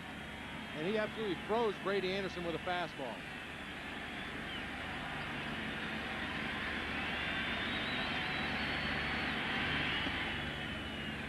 Two and two. We'll reiterate, the best time to jam a hitter, the best time to pitch a hitter inside is with 2 strikes, because the better the hitter, the more he protects outside, particularly against a guy like Nagy. You can't protect both sides of the plate. If you're looking away, you're vulnerable in. Into left center field, slicing to Giles. 2 out here in the 5th. Sun breaks through the clouds overhead on a very crisp October day. And providing our shots from high above is the Goodyear Blimp Stars and Stripes. The 192-foot blimp travels to more than 40 cities on its annual tour. And the day is getting better weather-wise as we go along. Of course, better is really up to the person you ask. Any hitters, as these shadows start to pop up, won't enjoy it facing Mussina, and even Nagy the way he's pitching. But we should be through the worst part of the day. 1 ball, 1 strike on Baroa. Joe, I think right now the problems come with a guy like Tony Fernandez at second base. You can see him, the glare in his eyes. First base umpire Joe Brinkman, glare in his eyes. I think the hitters are all right now. Center fielder Marquise Grissom, Tony Fernandez at second.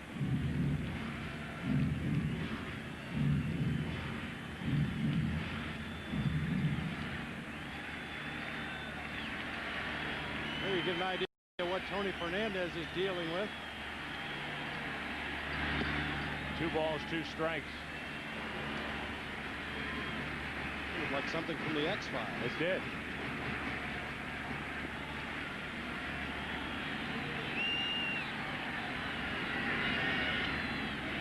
Base hit to left field with 2 out for Baroa.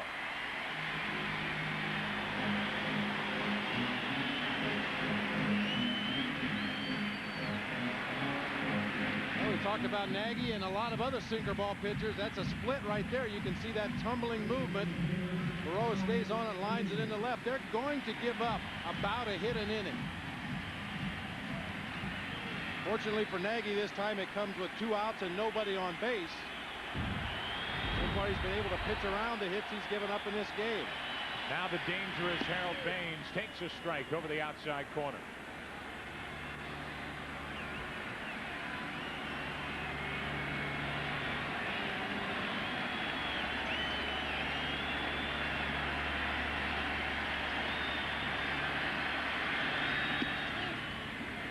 One ball, 1 strike.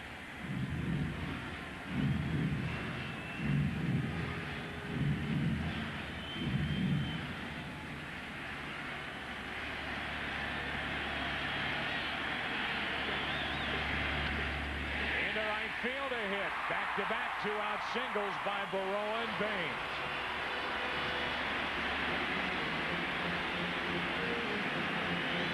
The Chefs looking on again from across the street in the B&O warehouse. And now the Orioles have something working here in the 5th.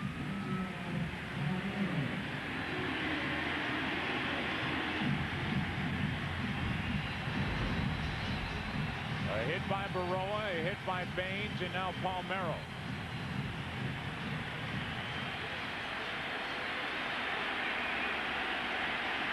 He's struck out, he's popped up. He's driven home only 2 runs this postseason.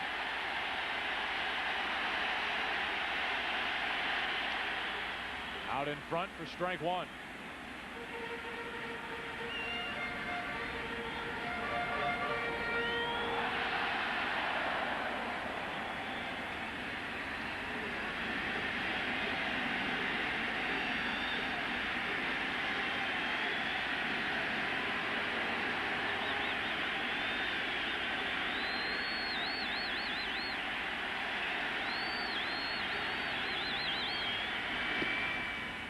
1 ball, 1 strike.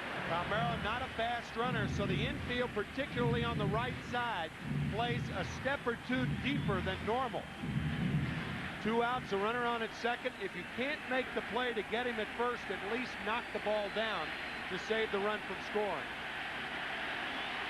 No score in the 5th. Nagy flags it down. Palmeiro grounds out, and now the Orioles have stranded 8. We are through 5 innings in Game 6. Indians now bat no score. Jim Thome and the Indians thought he had something in the 5th inning with a blast into deep center field. Caught on the run by Brady Anderson. Mussina got around a leadoff double in the 5th, and now we'll work to Giles, Grissom, and Vizquel. No score, 6th inning and a ball from Mussina. It's been a strange year in 1997 for the Indians. Kind of stuck in neutral for a while. Really picked it up the final month of the season. For a while, people wondered whether they would finally break through in that American League Central Division. They did. They ended up winning the division by 6 games over the White Sox. But John Hart and Mike Hargrove wondering, when is it going to happen? When is this new mix that we have with this 1997 Indians club going to fit together? They got hot in September and rolled into the postseason. 2-1 on Giles. Mike Hargrove telling us yesterday that the Indians' real problem was just to get healthy, primarily the pitchers. The bullpen came alive. Matt Williams started hitting. David Justice was healthy. Healthy record as a result. 2 balls, 2 strikes on Giles. John Hart's got his batting gloves on just in case they need a pinch hitter late in the game. Never know.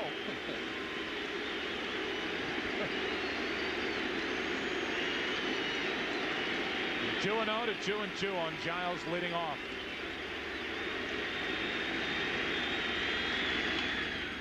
Back toward us. Fastball right down the heart of the plate. Chris Hoyles was set up on the outside corner, wanted to go away from Brian Giles right there. This is a pretty good pitch to hit. Giles has a good rip, just gets underneath it. You were so shocked to get a ball down the middle of the plate from Mussina. Sometimes you don't know what to do with it. Again, the 2-2. Outside corner, 7th strikeout for Mussina. That was the location he wanted to hit on the pitch before. Here you'll get a look at the pitch by pitch. The knuckle curve. Comes up with a fastball up high out of the zone. Fastball right down the chute. Up high again. Gets Giles to chase up out of the zone. That was the one pitch to hit during the course of that at bat. Giles missed it. Mussina paints away on the last pitch. That's 7 strikeouts here this afternoon and 38 for this postseason for Mike Mussina. That's a record, a postseason strikeout record. Bob Gibson had 35 in 1968, but it's worth pointing out only 3 starts, and that's before not only the division series but LCS action. The year before that began in '69. Some more chances for a guy like Mussina or anyone pitching in modern day baseball.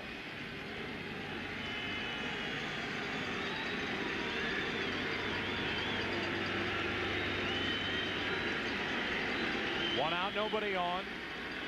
The 2-0 to Grissom.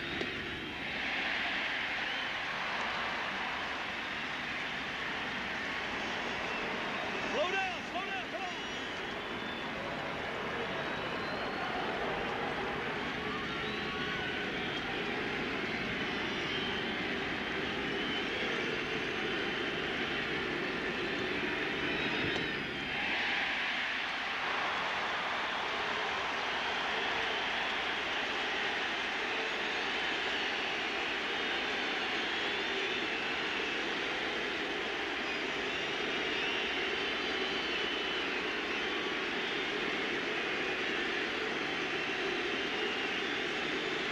Two to Grissom. 2 out.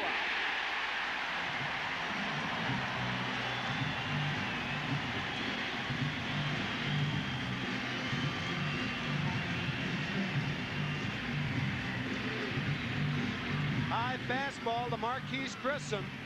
8 strikeouts for Mussina. Set an all-time Oriole record with 218 this year, breaking his own record of 204 Ks for the '96 season. Here's Vizquel with 2 out, nobody on. 0 for 2. He's grounded out. He's lined out. And he pops one into shallow right center. Anderson wants it. Inning over. Bottom of the 6th inning. Mussina's doing his part. Orioles come to the plate, no score. Charles Nagy has been terrific through 5 innings. Scattering 7 hits. Allowing only 2 walks, striking out 2. Only 1 time have the Orioles not put their leadoff hitter on base. Ripken's done it twice. He leads it off. 2 for 2. Takes a ball. You gotta look for Nagy to work exclusively on the outside part of the plate this time around to Ripken. He's tried to come in with a sinker. It got hit hard. Hung a breaking ball. That got hit hard. Dangerous territory right there, down and into Cal Ripken. Yeah, I think that was a mistake right there. As you see, Ripken loves the ball down. If you come inside, you have to come inside on the hands and not down. That's inside too far, however. 3-0.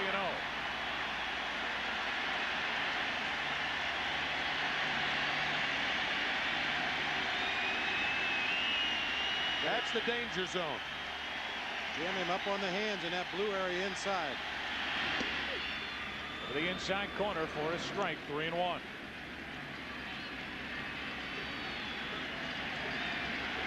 Surhoff and Hoyles will follow for the Orioles in the 6th inning with no score.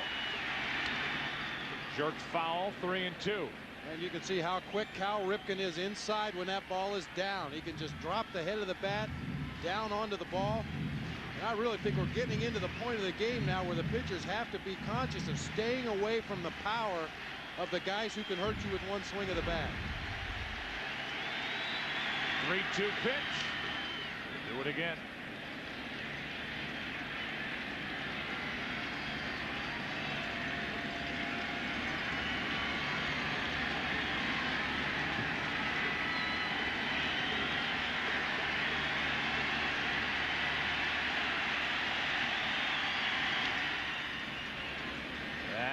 Smarts on a cold afternoon in October.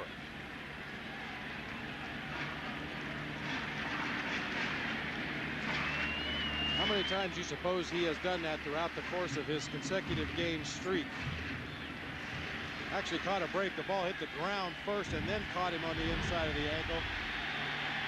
Again the 3-2. 1 away as Nagy strikes out Ripken. That was a splitter right there, right down the pipe. Ripken thought it was high. First pitch misses low. Second one misses low. Curveball inside. There's a strike. 3-1 pitch pull foul. Another one fouled off. Another one fouled off. And the splitter right there. Third strikeout for Nagy, and now B.J. Surhoff, who's 0 for 2, takes a strike. That splitter's so effective because it's the same arm motion on the 8th pitch that it was on the first 7 pitches.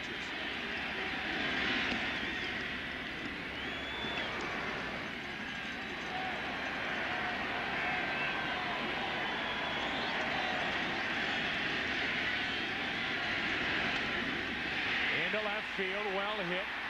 Giles at the track. 2 out. With the bases empty, 2 out here in the bottom of the 6th inning of Game 6, we give you our Aflac trivia question. When was the last time an American League Championship Series went 7 full games? It actually has been quite a while. Give that answer in a moment as Hoyles digs in with 2 out, nobody on. Interesting to note, too, that league championship play did not go to 4 out of 7 until 1985. Prior to that, it was the best 3 out of 5 from 69 through 84. Hoyles takes a ball.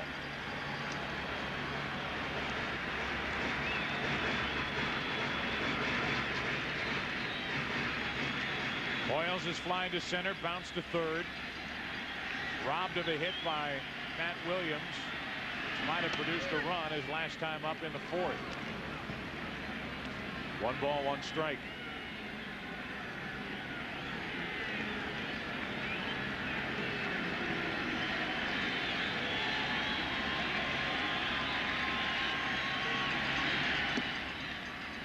Two and one.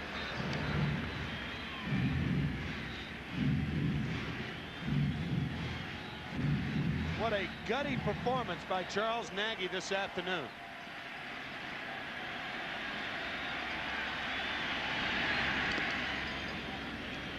Two and two. After just missing away with the slider the pitch before, comes back with another one, hangs it up over the middle of the plate, but Hoyles is just far enough out in front that he doesn't get good wood on this ball, but the ball takes a bite out of Sandy Alomar back there. Been a rough series for the catchers. Off the webbing of the glove and then off the right knee.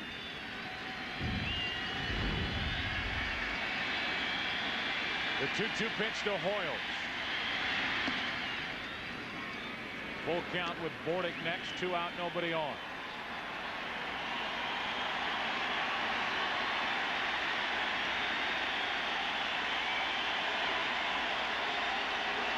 Man, that's some intensity right there. Off to the right side. Tomey down the line. It's out of play.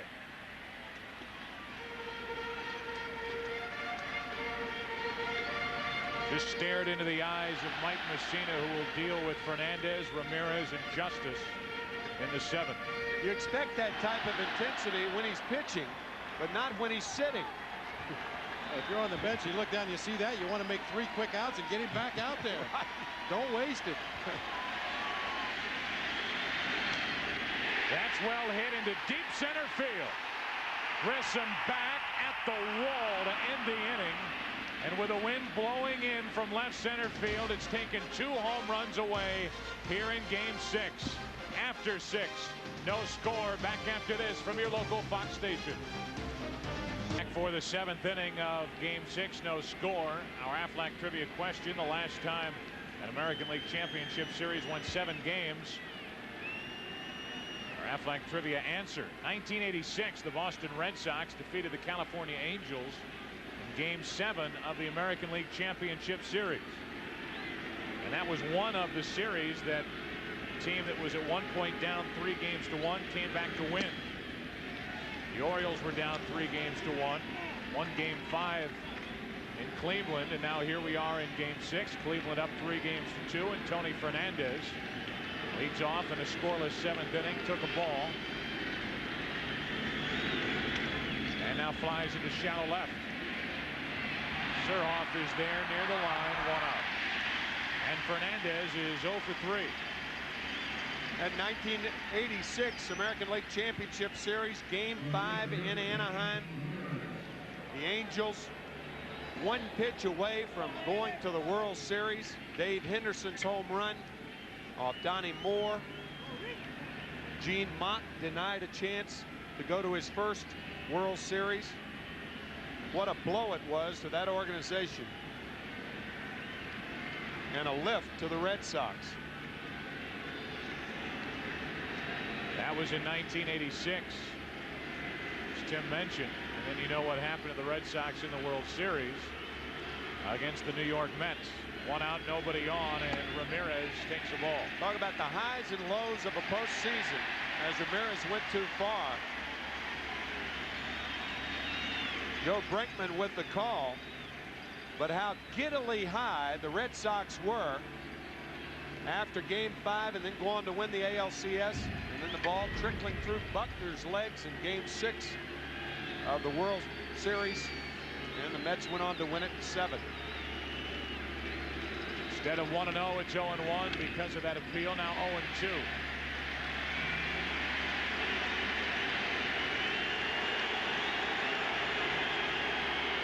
Jesse Orozco was there.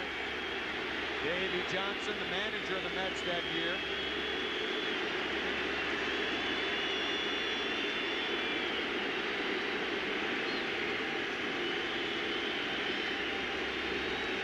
Mussina has struck out 8.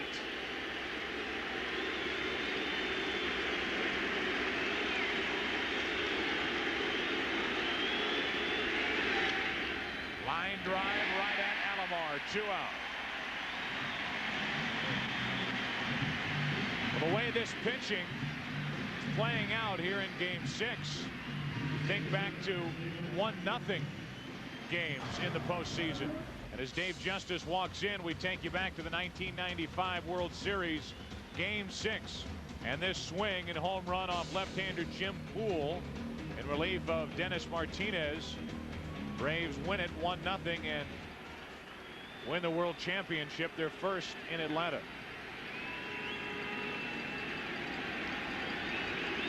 2 out, nobody on for the man who has the only Cleveland hit in this game. Ball 1. That was the other ball that was hit earlier in the game. You mentioned Chris Hoyle's ball appeared to have a chance to get out of here. Dave Justice earlier in the game, ball hit to left center, appeared to have a chance to get out of here. Both of them hung up by the breeze blowing in from left center field.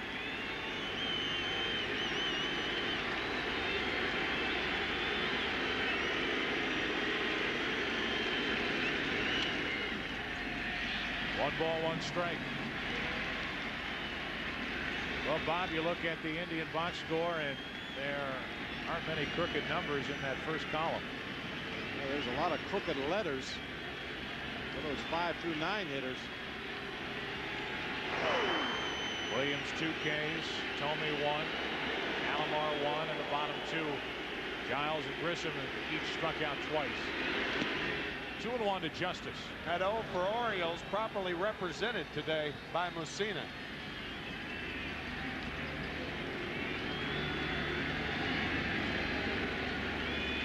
Williams would follow, but 2 out, nobody on here in the 7th inning with no score.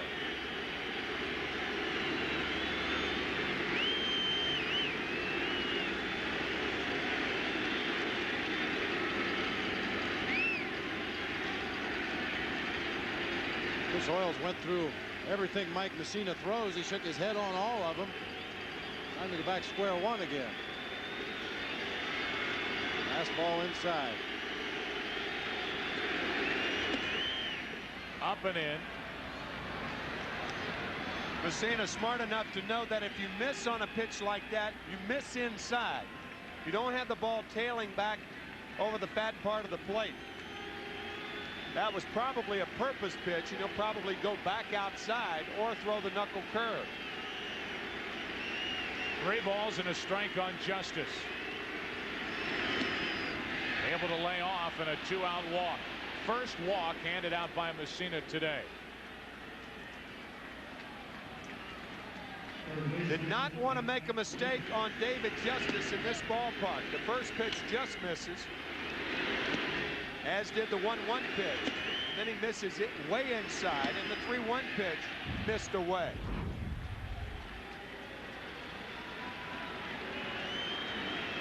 Here's Matt Williams, who's 0 for 2 with a pair of strikeouts.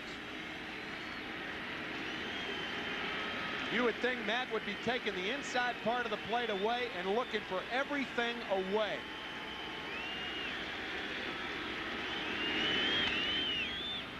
Driven into right field for Baroa. Inning over. A 2-out walk to Justice. The Indians lead their second here in Game 6. Time to stretch. Still no score. A wonderful ovation as we move to the bottom of the 7th inning. It's now a tradition here at Camden Yards, and it has been a long-time Baltimore tradition to play John Denver's Thank God I'm a Country Boy during the 7th inning stretch. Of course, the world lost John Denver on Sunday in that plane crash. The PR director here with the Orioles said it best, John Maroon. He said the best tribute we could make to John Denver is to just keep that tradition going strong, which they have done here in Game 6. And now in the bottom of the 7th inning, Bordick leads it off with no score. Took a ball and another 2-0. There are a few more crooked numbers on the Orioles box score. See the 2, 3, 4 hitters, Alomar, Baroa, and Baines, all having good days, putting the bat on the ball with authority, but haven't been able to do any damage because nobody's been on base ahead of them. You hear about a guy scattering 7 hits, and I'd say that's what Nagy has done. He's been hit hard at times, but has been able to make the big pitch when he needed it.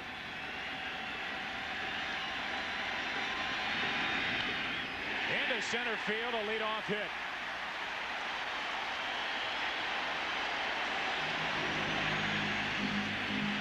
That is the 5th time the Orioles have had their leadoff runner on. That's how good Charles Nagy has been this afternoon.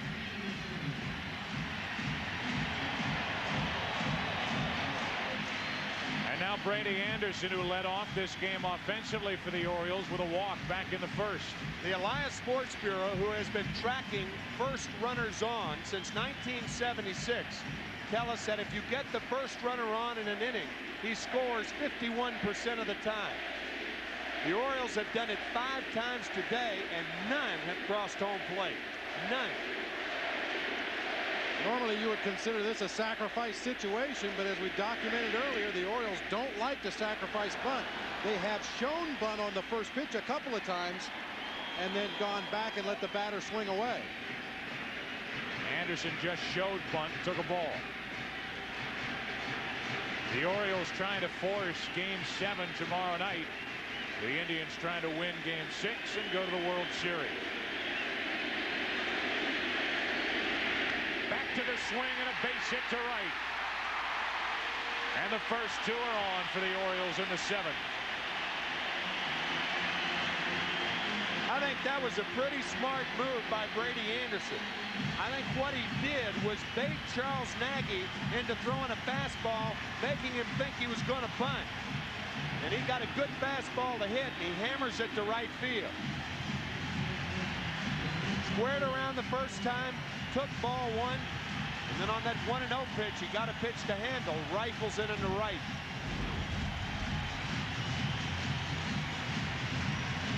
As Alomar walks in, keep in mind the Orioles today 0 for 8 with runners in scoring position, 2 on, nobody out.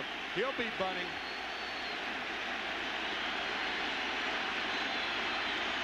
And a look back at Bordick. See the corners, Jim Thome at first, Matt Williams at third, both creeping in.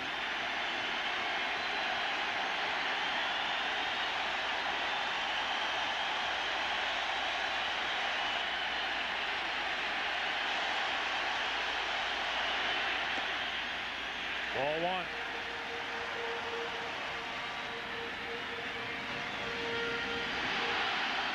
Third baseman Matt Williams calls the defenses for the Cleveland Indians infield, determining whether they're going to play it straight up, stay back, and let Nagy try to field a bunt on the third base side, or whether Williams will charge the rotation play, the wheel play, whatever you want to call it. Williams goes through signs much like a third base coach. If a play is on, you want to give the hitter something to bunt. You want them to actually put the bunt in play.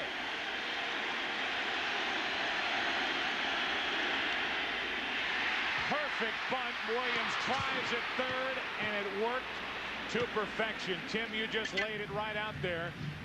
I don't think Alomar can roll it out there any better, but the Orioles get the bunt down and bunt right into the force out at third. I think that's what Matt Williams went out to tell Charles Nagy. Let him bunt the ball. We'll put the rotation play on. Third baseman charges, shortstop to third. Nice play, Williams at the scale. Make him bunt the ball, and it's a perfect bunt under normal circumstances, but not with the rotation play. Nicely done by the Indians. And the force out 5-6 at third. Now 2 on, 1 out. Baroa to the third baseman Williams. Out at second, out at first. Another double play, and 11 in this ALCS turned by the Indians. Again, the Orioles threaten. Now 0 for 10 with runners in scoring position. Charles Nagy has been outstanding. His defense behind him has been outstanding. No score into the 8th inning. The Orioles have 9 hits. The Indians 1. No score. And here's Tomey to be followed by Alomar and Giles facing Mussina.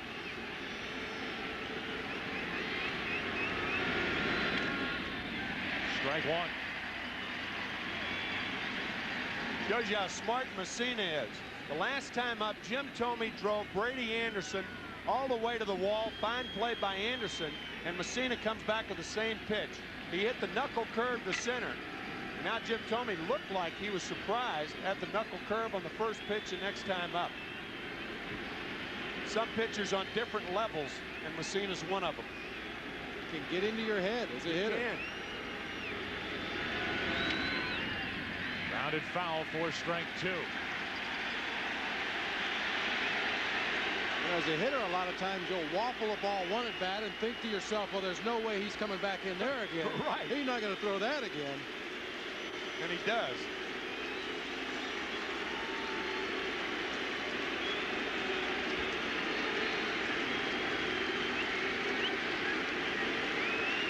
Oh, 2 to Tomey. Laid off. And Mussina able to hit 94 miles per hour here in the 8th inning. 3 days rest. There's help in the bullpen with Benitez and Orozco.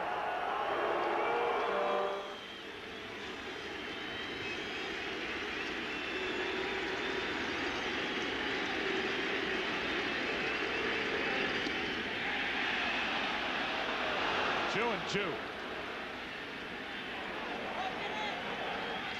What a good pitch from Mike Mussina, a guy that likes to pull the ball from the middle of the plate in, start the ball in the middle of the plate, run it right in on his hands.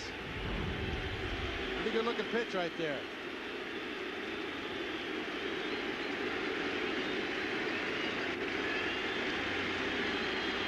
Two balls, two strikes. One away. And strikeout number 9 for Mussina. Right now, a Miller Lite game break as we play here in the 8th. Just talking about it a couple of innings ago, October 14 of 1986. 2 outs in the inning, and Dave Henderson, the 2-run home run off Donnie Moore in the 9th inning. Red Sox won that game 7-6 in 11 innings and won the series 4-3, only to then run into all that frustration in the World Series against the Mets. 1 out, nobody on. Alomar to third for Ripken. Plenty of time. 2 out.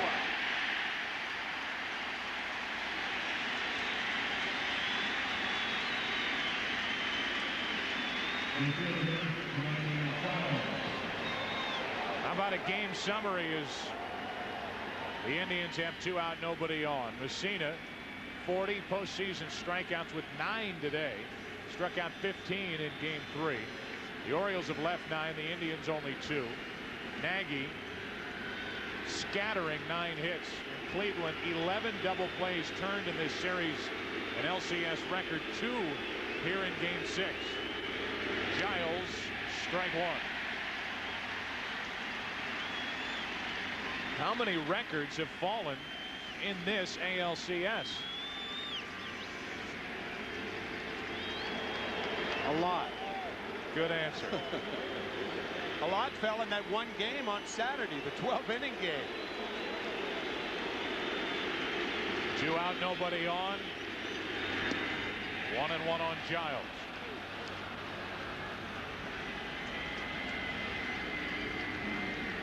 Now, Mike Mussina has gone on record in the past as saying he does not like to pitch on 3 days rest, but certainly has not affected him whatsoever in this ball game tonight. He's 1 strike away from getting through 8 shutout innings.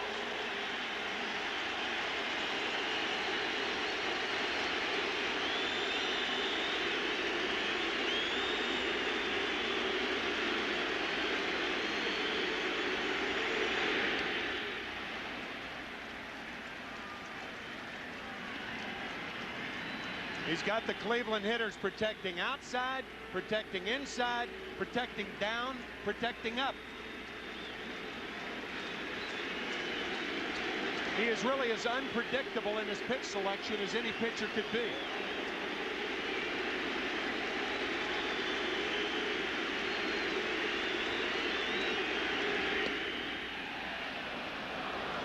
nasty breaking ball. 2 balls, 2 strikes. Grissom would follow. 2 out, nobody on, no score, 8th inning, and a 2-2 count on Giles.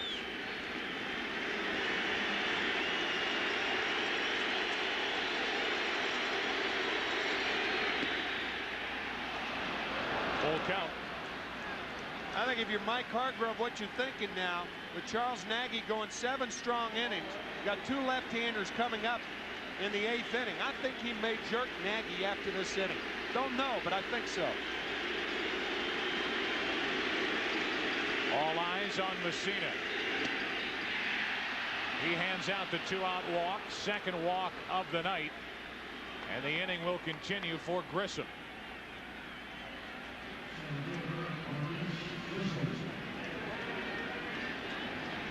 Mark Wiley on the bullpen phone. The left-hander Ossenmacher gets ready for the Indians in their bullpen.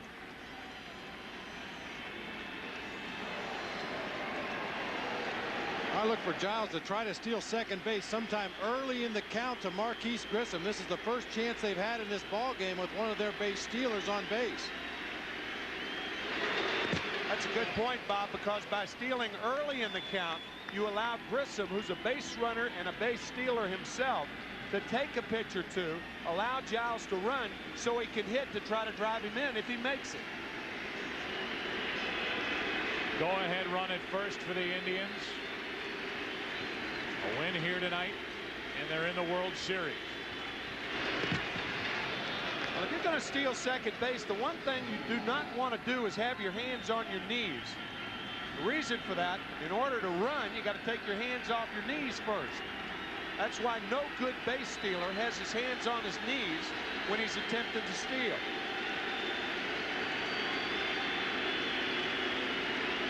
Resting there again as we await the first pitch to Grissom. And a strike. And in the past, some runners have tipped off when they are going to steal because they take their lead, put the hands on the knees, they're not running. Now all of a sudden they get the sign from the third base coach, they come off the bag, they get into that starter's position, they get their hands off their knees, ready to go. Of course, those are things that are picked up very quickly on the bench.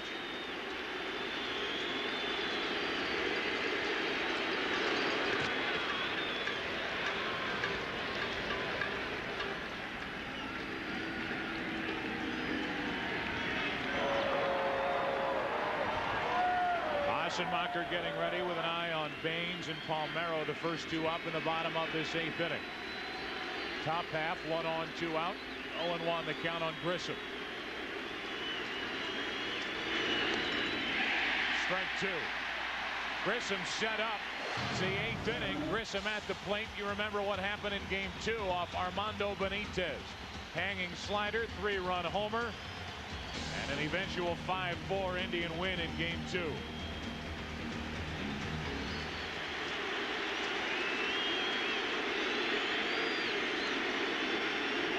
0-2 on Grissom.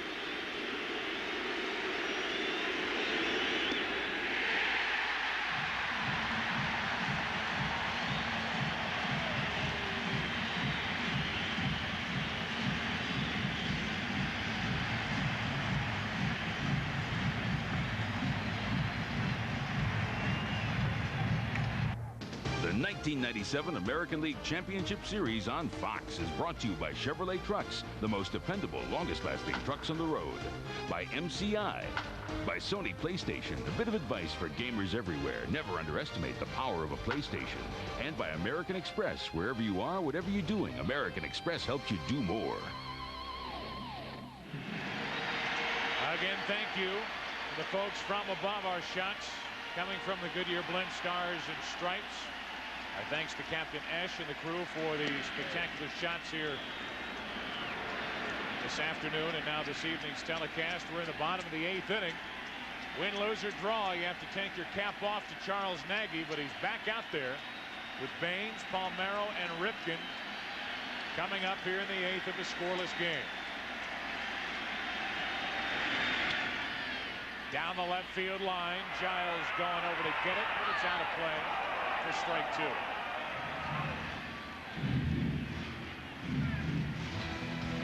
Well, Wednesday night has the hottest young superstars on television you love and the shows to watch. Don't miss all new episodes of 90210 and Party of 5 tonight at 8 Eastern, 7 Central here on Fox.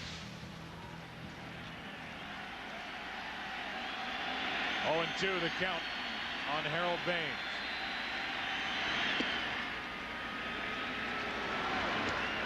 Purpose pitch by Nagy there to come way inside.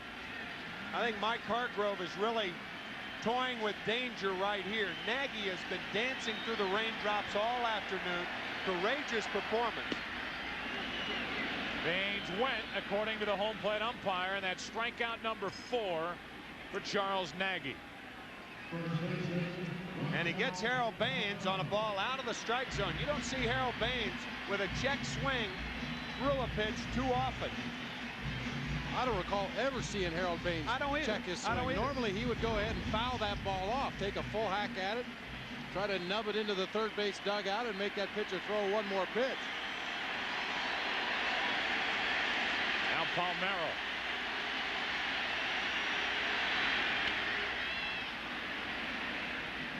That's backing out of play for strike 1. Palmeiro, as we mentioned, every time up.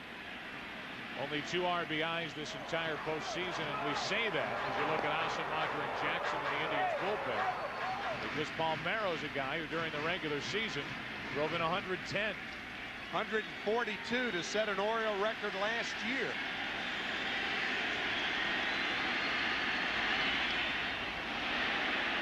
And drilled on the front hip or leg for a trip down to first.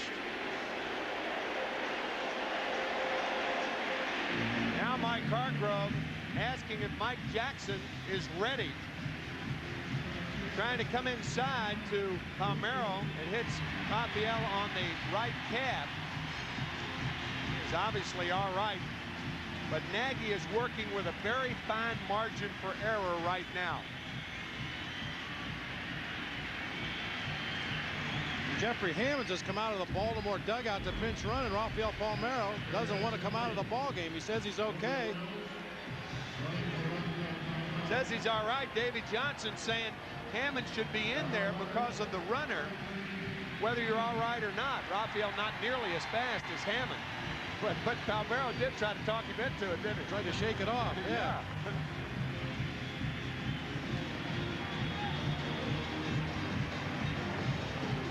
Kevin Brown of the Marlins, game 6 down in Atlanta last night. Just the argument from a little bigger distance. Palmeiro upset. He's taken out for the pinch runner Jeffrey Hammonds. He's at first, 1 out. Check on Hammonds.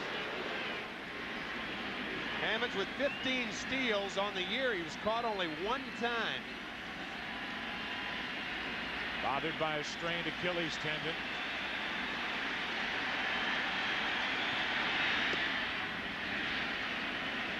That's ball 1 to Ripken. That looked like some kind of a cross-up right there. Ripken took a pitch down and in game 2 off Charles Nagy.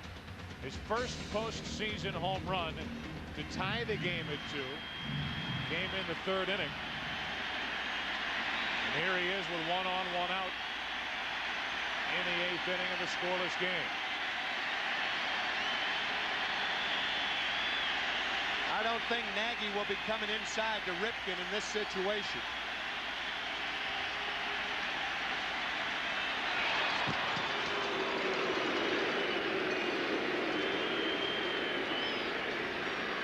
If he does choose to come inside, it better be up and in, above the belt. Yep. Try to tie Cal Ripken up. That ball down and in, he handles well. The ball up and out over the plate, he handles pretty well.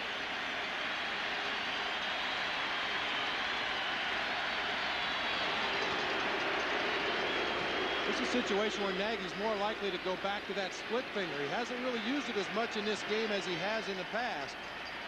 I'd like to get a ground ball right there. You see the hot zones on Cal Ripken, down and in, over the heart of the plate. Hammonds is running. Throw by Alomar, not made.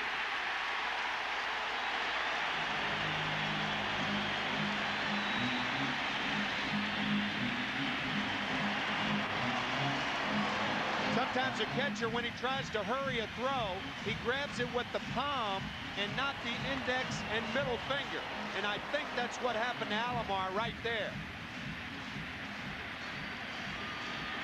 See, he had it gripped in his palm. He tried to make the transfer unsuccessfully. No throw as Hammonds steals second, uncontested. Hammonds picked a good pitch to run on, too. The slower breaking ball allows him to get a couple extra steps. Ripken takes a ball, and it's 3-0. The Orioles 0 for 10 with runners in scoring position. They have another chance. No score in the 8th.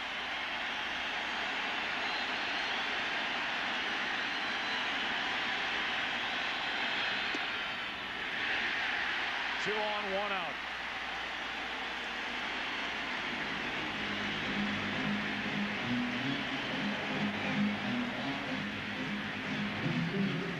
And with Surhoff coming up, Mike Hargrove's coming out, and likely so is Charles Nagy. And when you see the manager adjust his socks on the bench, that's a pretty good sign he's going to come out and get you. What a great job by Charles Nagy, though. Gutsy performance. Terrific. 119 pitches in the ball game. And he leaves in a scoreless game here in the 8th inning.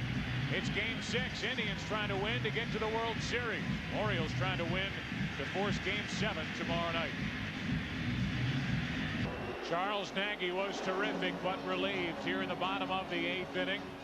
Scoreless game, game 6. And as we just mentioned, if Baltimore can force game 7, then tomorrow we'll be right back here for the deciding game of the ALCS. Don't miss Oral Hershiser of the Indians squaring off against Scott Erickson of the Orioles. Coverage begins live at 8 Eastern, 5 Pacific here tomorrow night on Fox if necessary.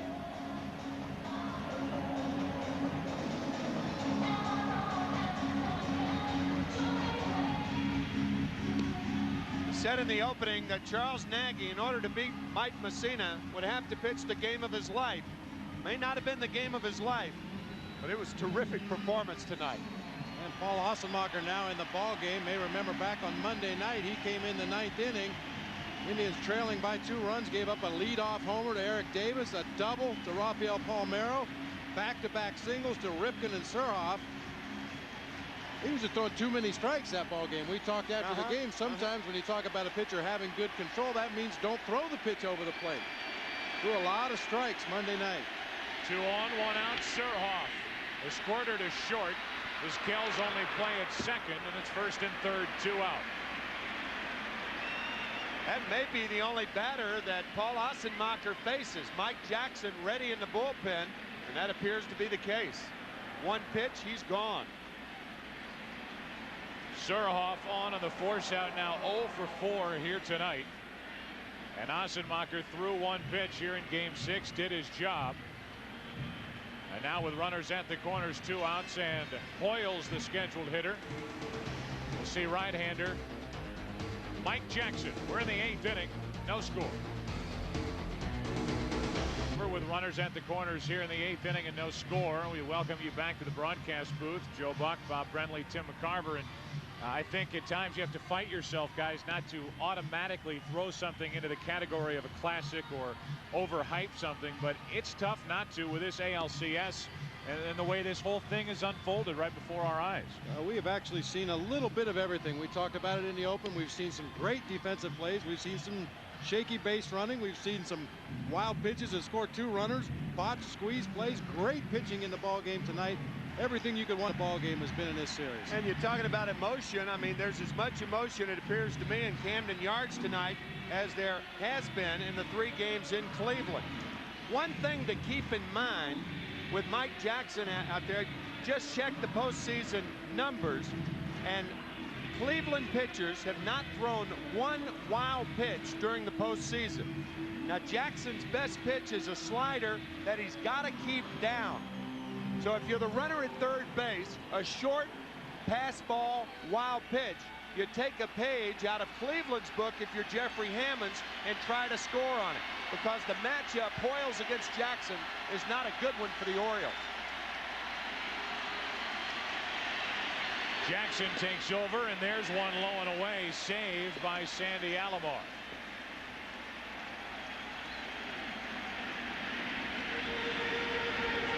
This is that slider you were talking about, Tim, off the outside corner, going away. Alomar traps it against the ground out there. Very dangerous. Hoyles trying to put the Orioles out in front here in Game 6. A strike from Mike Jackson, 1-1. The thing about Mike Jackson is normally he has great control of that slider. He's also got that 90-mile-an-hour fastball. One of the best sliders in all of baseball. Throws a changeup once in a while, and as we just saw, he'll throw the slider on either side of the plate. To third for Williams. Goes the easy way to second. Force out to end the inning. Surhoff doesn't agree, but he was clearly out. And the force out 5-4, and now the Orioles have left 11. We have played 8. The Orioles 0 for 12 with runners in scoring position. Williams just got it to second in time, and after 8 innings, no score. Well, Matt Williams, I think, surprised a lot of people when he went down to second base, and he just did get Surhoff to end the 8th inning. Boy, B.J. Surhoff going hard to second base. It's a very close play, but the ball just does beat him. Tony Fernandez could have stretched out there a little bit more like a first baseman and made that play a lot less close. There's Nagy, an interested spectator in this play at second base. I was surprised too, Joe, with Hoyles the batter, runner going to first. Much slower. You would have figured just a routine throw across the infield to get the easy out at first. Hammonds, who pinch ran, eventually stole a base, was left at third. Is now in left. Surhoff moves from left to first as Palmeiro is gone, lifted for the pinch runner, and now Randy Myers takes over for Mike Mussina.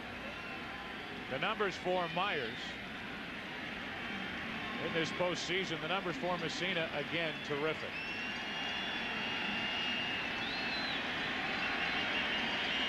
Top of the order for the Indians. 1 ball, 1 strike here in the 9th inning. Mike Mussina allowed 3 Indians to get on base. A 2-out walk to Giles in the 8th, a 2-out walk to Justice in the 7th, and the only hit, a leadoff double in the 5th inning by David Justice.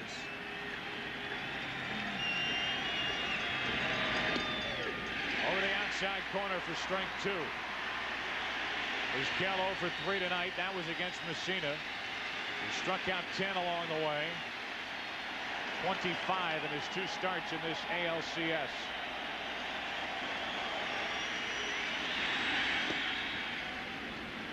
Two to Vizquel. Randy Myers was hurt with that slider out over the plate in the 9th inning at the Jake the other night. That hard slider has been the key, but it wasn't the other night. Outside, and a full count on Vizquel leading off.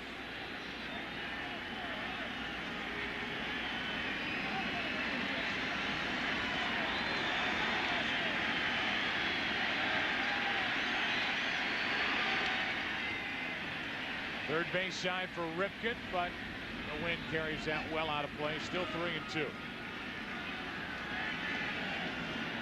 Is this a situation where Mussina asked out, or is this Davey Johnson going to his closer here? Mussina on 3 days rest. Why is Mussina out of this game? I'm not really sure, because he was not showing any signs of tiring. His velocity was still there. The movement was still there. Only 108 pitches. Vizquel into left field, and no chance in this wind. Hammonds makes the play, 1 away here in the 9th. So Myers ran the count full, but got the leadoff hitter. In case you're just joining us, top of the hour, 7 o'clock in the Eastern time zone. We're in the 9th inning with no score. You see all the hits for Baltimore. 0 for 12 now with runners in scoring position tonight. They've stranded 11 runners. No score in the 9th inning of Game 6. If the Indians win, they're in the World Series for a date with the Florida Marlins. If the Orioles win here tonight, they'll have a date with the Indians tomorrow night here on Fox. Fernandez, base hit into left field. Thinking to, And after he takes a wide turn, Hammonds gets it back in. It's a 1-out single. And the go-ahead run is on. Oh, man. You may remember in that 9th inning the other night, Tony Fernandez had a double against Randy Myers. This fastball, middle of the plate with Matt Williams, or with Cal Ripken, I beg your pardon, guarding the line properly with Myers pitching. The more you think about the Mussina deal, he had thrown 108 pitches. I think that because he struck out 10, had he allowed 1 hit through 8 innings and gotten more early outs, I believe Davey Johnson would have left him in. But because he struck out 10, and whenever you strike out a lot of batters, you're going to throw more pitches. I think Davey figuring that's enough. Still, you have to believe the question will be raised, especially if Myers does not get through a scoreless 9th inning. I mean, you know, you've got to depend on a guy like Randy Myers, who's blown only 1 save opportunity all year. He's your man. Of course, Mussina was your man too, but this Davey looking out for the welfare of Mussina after throwing that many pitches. Here's Ramirez, 1 on, 1 out, facing Myers. Tonight, Ramirez is 0 for 3.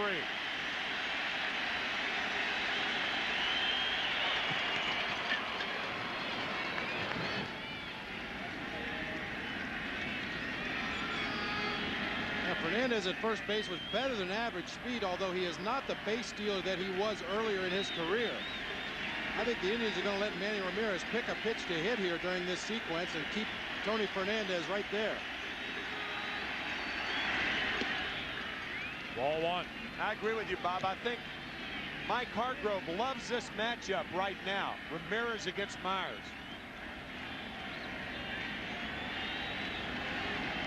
1 on, 1 out here in the 9th inning with no score here in Game 6.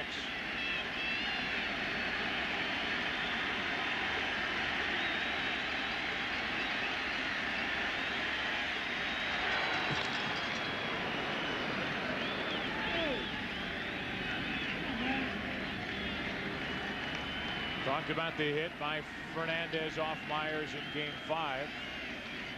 Myers pitched an eventful, anything but easy 9th inning, allowing 2 runs on 4 hits and stranding a couple in that 4-2 win on Monday night. You can see from their defensive alignment, and we've talked about this before in the series, infield playing at double play depth, outfielders playing very, very deep, prevent the extra base hit, prevent Tony Fernandez from being able to score from first base.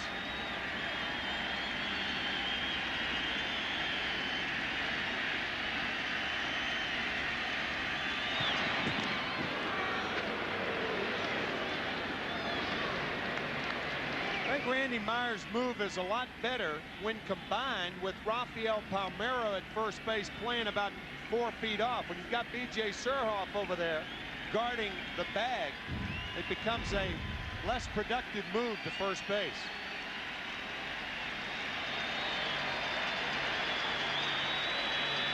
Go ahead run at first with 1 out in the 9th. And a 2-0 count on Manny Ramirez. David Justice will follow. Randy Myers, a left-hander that pitches almost exclusively on the outside part of the plate to right-handed hitters. Manny Ramirez, a good opposite field hitter with power that way.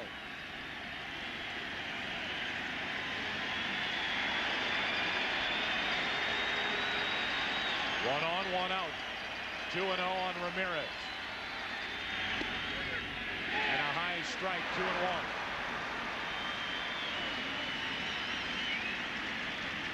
Oh, is that a key pitch right there?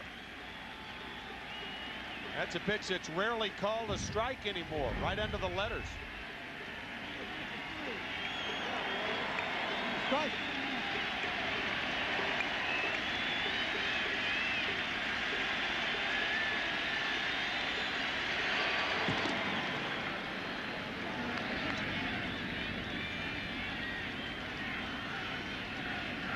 Just one note as they continue to throw over to first. It points out how good of an athlete Rafael Palmeiro is to be able to hold runners on in the fashion that they use during the regular season in between the bag and the runner. They do not do that with Surhoff. 1 on, 1 out.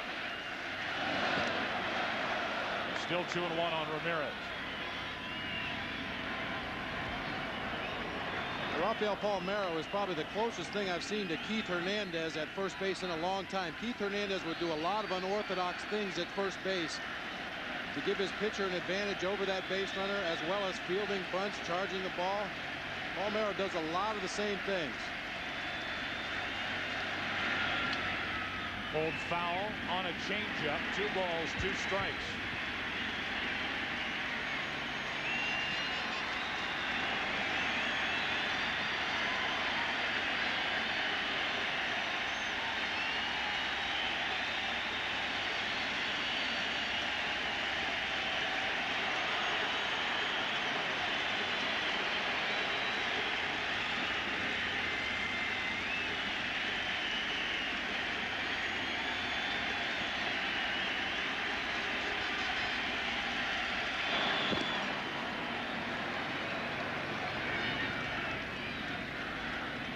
Key pitch here. If this ball is out of the strike zone, Fernandez will be running 3-2.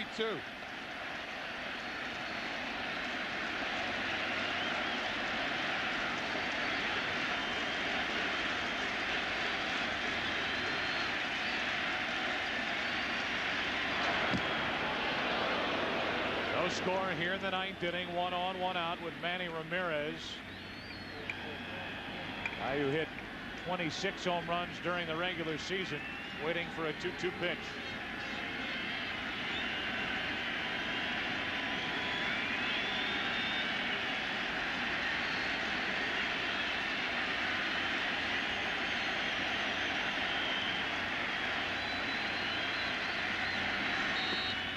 Change up low and a full count. Davey Nelson, the first base coach, talking to Tony Fernandez. One thing you cannot do in this situation is get picked off. It's up to the hitter to put the ball in play.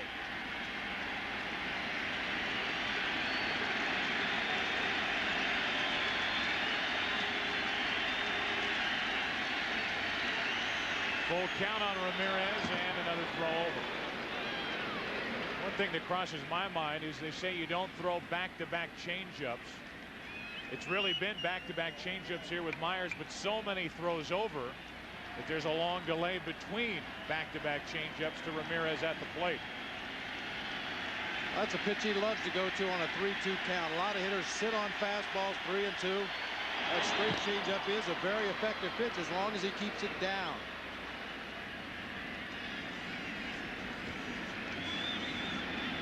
Don't know whether he's running, but he should be right here.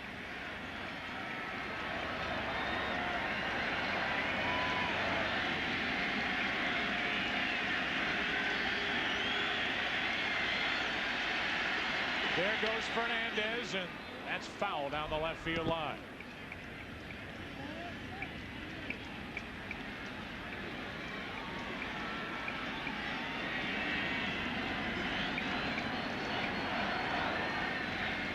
The danger you run into starting that base runner at first base is he's not getting a great jump. He's not trying to steal the base, just trying to stay out of the double play. If Myers would throw a real good straight changeup and get a swinging strike, you're going to run into a double play possibly. But the side effect offensively is first and third and 1 out. I think that's more important from an offensive standpoint.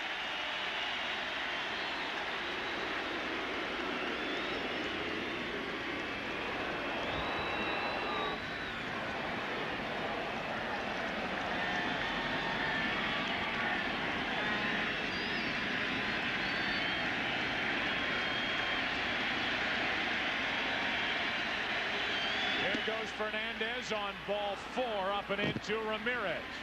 And it's 2 on with 1 out for the Indians here in the 9th.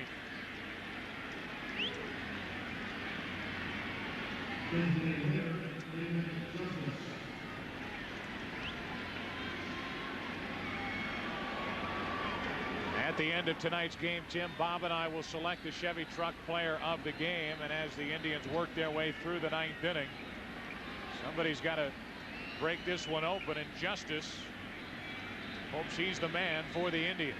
You know, one little change in Mike Hargrove's lineup has set up things for Justice to be hitting against Myers right now. Usually, throughout postseason, it's been Thome fourth, Justice fifth.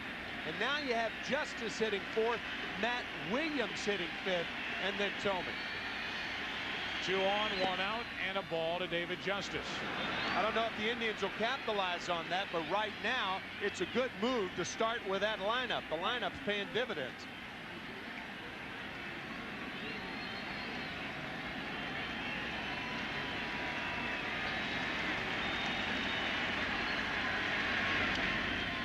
The foul, 1-1. Dave Nelson is the first base coach for Mike Hargrove. Here's what he had to say to Manny Ramirez.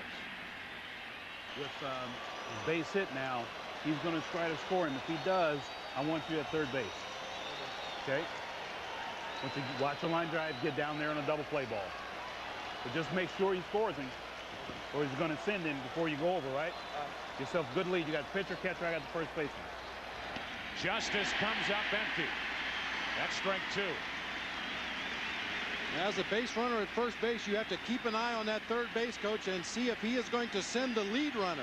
If that lead runner is sent home, you have to try to advance to third base, as you see Myers with a good sharp slider outside to Dave Justice.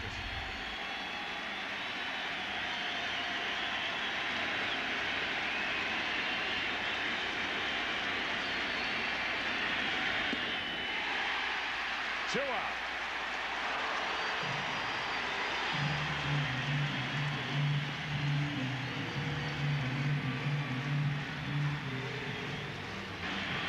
Big out in a tough situation. Randy Myers misses down low, gets the foul ball strike, and then back-to-back sliders in perfect locations. Dave Justice can't come up with them. Fernandez the go-ahead run at second with Manny Ramirez on at first. A hit and a walk in between the 2 outs here in the 9th inning. And now it's up to Matt Williams with 2 on, 2 out. No score. 9th inning, game 6. Indians up 3 games to 2.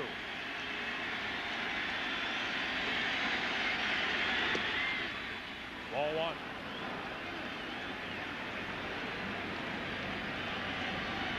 Oh for 3 tonight is Matt Williams with a pair of strikeouts, and he's flying to right. And again, the Mike Hargrove change in the lineup with Williams here. You don't know what's going to happen, but Mike's got to love this matchup and glad he made the lineup change.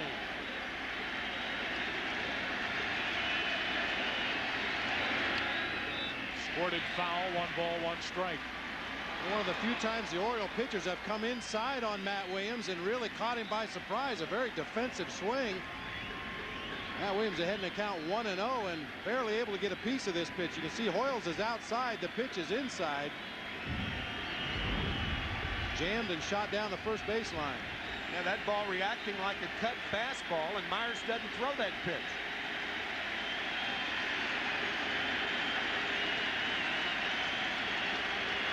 Two on, 2 out. That's strike 2. And Myers is 1 strike away from getting out of this and keeping it scoreless into the bottom of the 9th. Remember the pitch that Matt Williams hit in the 9th inning the other night in Cleveland? It was a slider over the fat part of the plate. I would imagine Randy Myers calling Chris Hoyles out there saying we can go fastball or change up away. Let's try and stay away from the slider.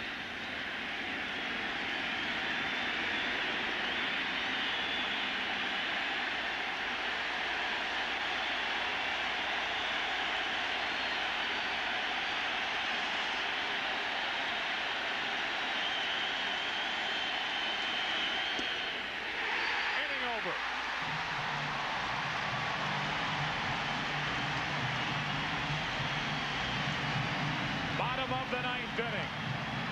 Orioles bat, no score. A little business to take care of as we get into the bottom of the 9th inning. Don't forget, if there is a game 7, which means the Orioles would have to win here tonight in game 6. Game 7 tomorrow night on Fox, 8 Eastern, and then tonight Fox Wednesday night has the hottest young superstars on television you love and the shows to watch. 90210. Party of 5 tonight, 8 Eastern, 7 Central, here on Fox. Bottom of the 9th inning, Mike Jackson back to work, no score. Bordick, Anderson, Alomar to the plate for the Orioles. Strike one.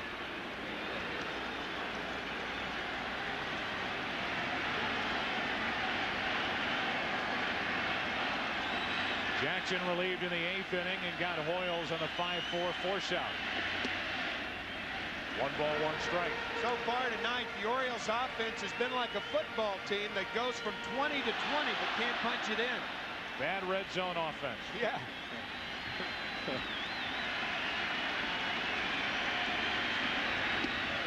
Over the outside corner for strike 2. Tee to green, they've been great. They can't putt.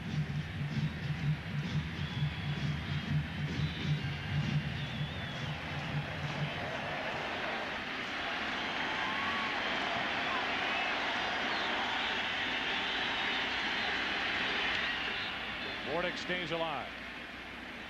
You know, we wondered perhaps why Mike Mussina came out of this ball game. He seemed to still be in command of all of his stuff, still throwing hard, and Davey Johnson elected to go straight to his closer, Randy Myers. Now the question has to be, if the Orioles don't score, how long will Myers stay out there? And if Myers comes out, now you're turning your bullpen back around and working backwards again. Bordick leading off. A weak swing and a miss for the first out here in the 9th inning.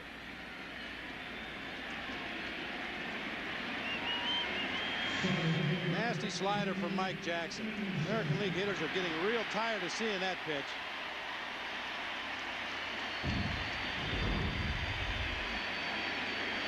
Davey Johnson has worked that bullpen in such a set manner throughout the season, but tonight goes with Myers, first man out of the pen. 2 times this year during the regular season, Myers worked 2 innings in a ball game, but generally he's been the guy to come in, pitch 3 outs in the 9th, and that's it. Now Brady Anderson takes the ball. Anderson tonight has walked, grounded out, struck out, and singled. 1 for 3. He's been on base twice. Hit 50 home runs last season, 18 this season, 3 in the postseason. And you got to be thinking that's on his mind right now.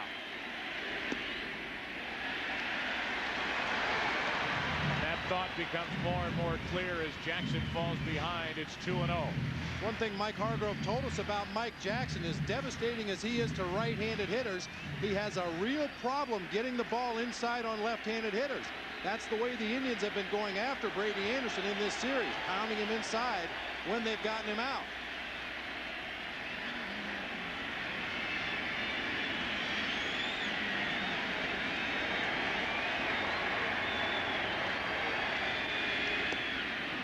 Anderson unloads 2 balls and a strike. And you could tell from that swing that Brady Anderson was thinking about ending it. He opened up on a pitch that was outside. It's a 2-seam fastball from Mike Jackson that will sink away from a left-handed hitter.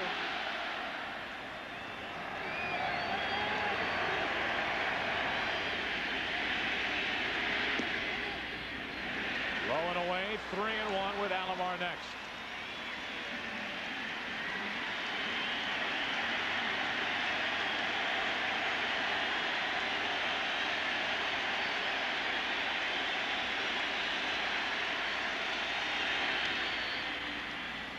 Full count on Brady Anderson. In case you're wondering who's left in the Cleveland bullpen, they have some action out there right now with Brian Anderson, the left-hander. Other lefties, Alvin Mormon. And they have the 4 right-handers, Juden Mesa, Jared Wright. Don't forget about him, and Eric Plunk. Brady Anderson still trying to jerk that outside pitch. Understandable, trying to end it with 1 swing. Mike Jackson not allowing him to do that by staying away.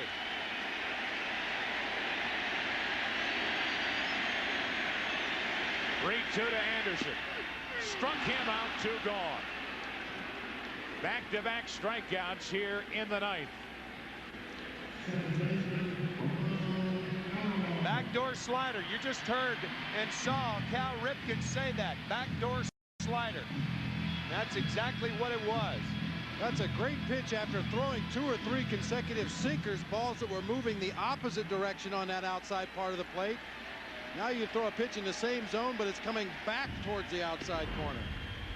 Missing outside to Alomar for ball 1.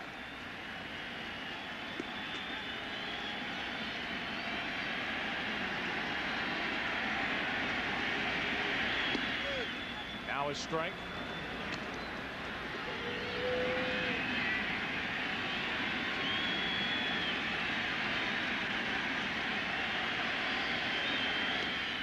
Two and one. You see the eyes of Robbie Alomar as he's taking his practice swings up there, looking at the third baseman, taking a peek at the second baseman, perhaps hoping that one of the infielders will give something away in their positioning before the pitch, give him an opportunity to guess along with Mike Jackson. Big swing, 2-2.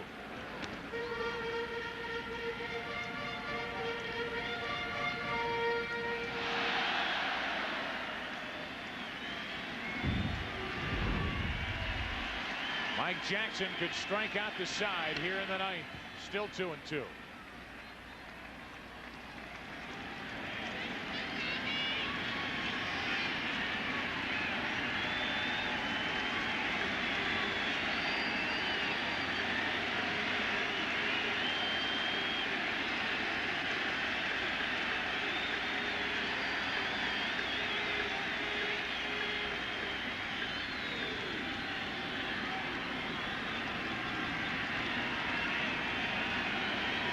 How much can you stand? 3 balls, 2 strikes. Every time you get into the late innings, you start thinking, here we go again with this series between the Orioles and the Indians. And here we are again. No score. Bottom of the 9th inning, game 6. The 3-2 to Alomar. He walked him, a 2-out walk. And the inning continues for Baroa.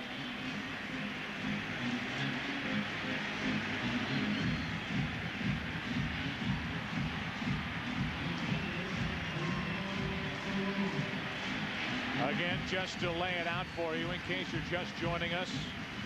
Cleveland up 3-2. This is game 6. No score, bottom of the 9th, and the Orioles trying to force game 7. Indians win here tonight. They'll take on the Marlins in the World Series. Baroa takes a ball. Under normal circumstances, you could look for Roberto Alomar to be running, but he has not shown an inclination to do so during this series. 2-0. 9 hits for the Orioles, but they've stranded 11.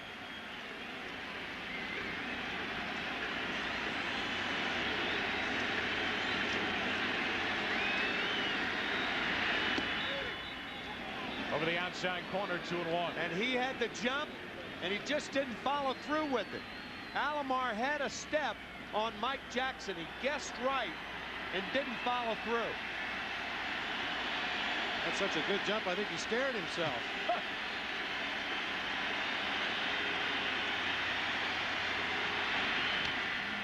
2-2 now on Baroa.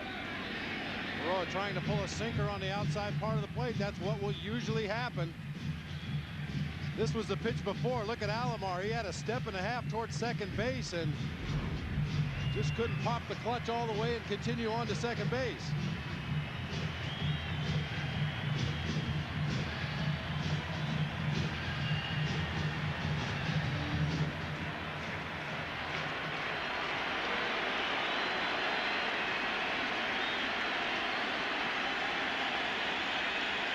Two balls, 2 strikes on Baroa. 1 on, 2 out. Scoreless game in the ninth. And not much of a lead by Alomar. Well, Jackson does not have a very good move to first base, but he does have a very quick slide step in his delivery to home plate. You got to believe he's going to use that slide step right here to try to counteract Alomar if he attempts to steal. Got a big jump, and Baroa fouls it away. Well, when you see a runner taking those big steps out there after he gets his lead off, you got to wonder if Mike Jackson really sees him. At that point, he had his head down and did not see Alomar break for second base. But the first couple big steps that he took off of first, Jackson was still in his set position. I've often wondered how Mike Jackson even sees home plate with as low as his hat is. Almost like he sees through his bill. Alomar with a huge jump then, but of course with 2 strikes, 2 outs, Burrowa's got to be hacking up there. Something to keep in mind, if this pitch is a ball, well then Alomar will be compelled to run 3-2, 2 outs.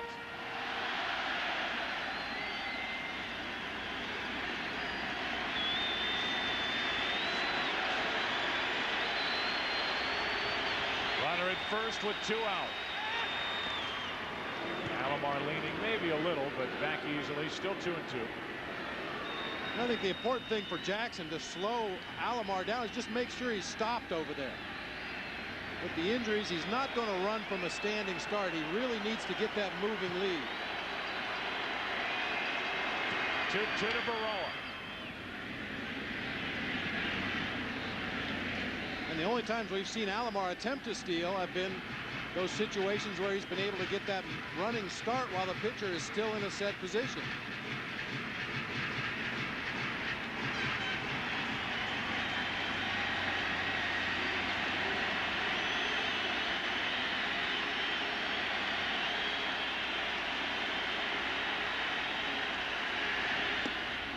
Inning over.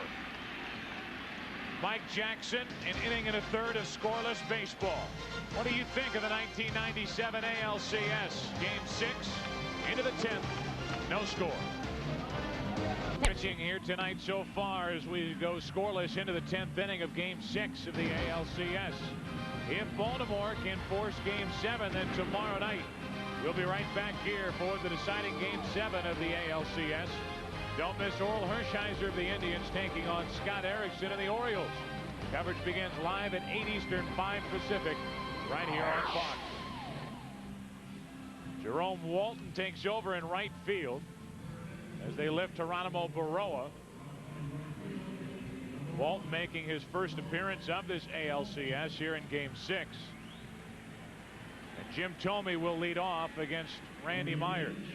Myers relieved in the 9th inning, allowed a hit and a walk, stranded 2 by striking out Justice and Williams back-to-back to end the top of the 9th inning. He took over for Mussina, who went 8 shutout innings with only 1 hit, struck out 10. Thome takes a strike.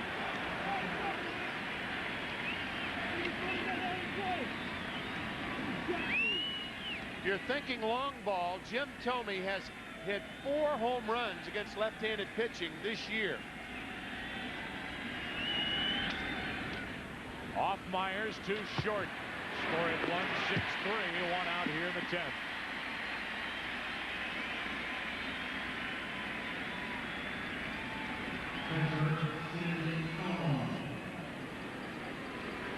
Slider, you can see the rotation. Thome goes back through the middle with it. I don't know if Myers really got a glove on that ball. Might have just deflected off the mound. Bordick in good position nonetheless. And as usual, makes a very solid play.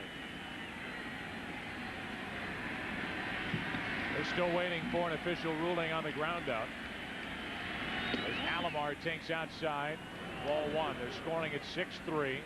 So Myers missed it, but doesn't really matter. 1 out, nobody on here in the 10th inning with Alomar up now and Giles to follow.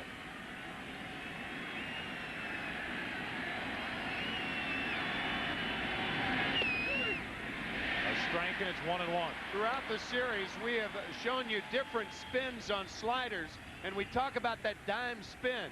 That's the very tightly wrapped slider, and you could see that dime spin on that slider that Myers got Thome on. Big threat at the plate for the Indians and Alomar. Up the middle, Roberto Alomar. The backhanded stab and throw. Wow. 2 out. Look where he ended up. Shallow center after the throw. How in the world did he get enough on this throw to get his brother? 2 good plays, making the backhanded stop in shallow center field and then being able to pivot and get enough on the throw to nip his brother at first. Been doing that to me ever since we were kids. That's amazing. Oh. Little brother just got big brother. And now Giles takes the ball. The Alomars take that sibling rivalry thing seriously.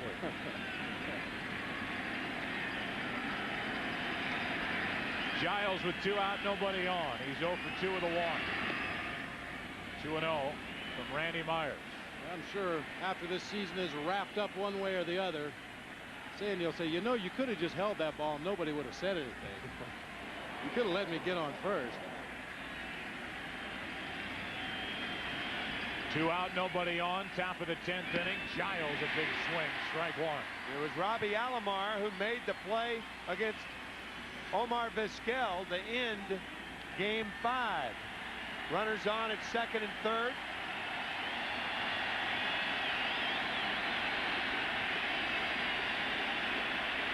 Two balls and a strike. 3-1. Giles a couple of hits and 3 trips to the plate in his career against Randy Myers. Grissom would follow if Giles keeps the top of the 10th inning alive.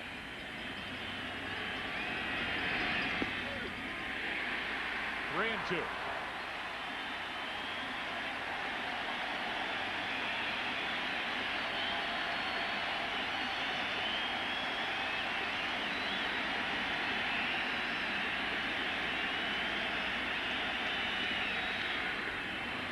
Into left center field for Brady Anderson.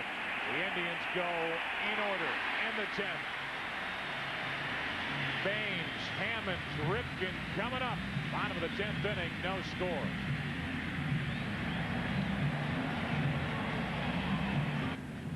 Well, how far has 25-year-old left-hander Brian Anderson come in a short time? Left off the division series roster, added late for this round of the playoffs.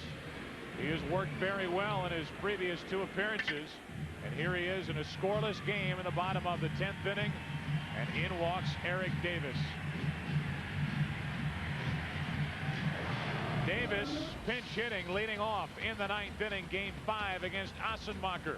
This shot into the seats in left center field. That made it 3-0 Orioles and started a very important 2-run rally in the 9th. They would win the game 4-2. To cut the Indians series lead to 3 games to 2. And you may have seen Davis hit a slider from Paul Assenmacher for that home run. General consensus is you go after Eric Davis with high, hard stuff. Stay away from him. Up and away for ball 1. His bat is slowed somewhat, understandably so, with the chemotherapy and the lack of playing time. When you throw off-speed stuff, you're playing right into his hand. Davis, Hammonds, and Ripken, 3 right-handed batters for Anderson here in the 10th. No score. 2-0.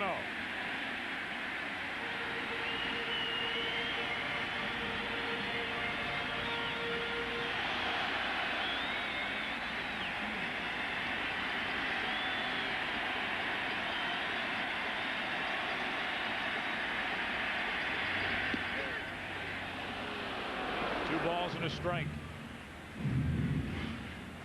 The numbers for Eric Davis in his 12 seasons. Second time in the postseason. Last time left with a lacerated kidney. Playing for the Reds, takes high, 3-1. That happened in game 4 of the 1990 World Series in Oakland. Cincinnati Reds going wire to wire that year. 3 balls and a strike. Davis way out in front of a changeup. Full count. That pitch would lock a lot of right-handers on a 3-1 count. Looking for anything but that. Maybe cheating a little bit to get to the fastball. We mentioned his bat not quite as quick as it was earlier in this season. Davis strikes out to start the 10th.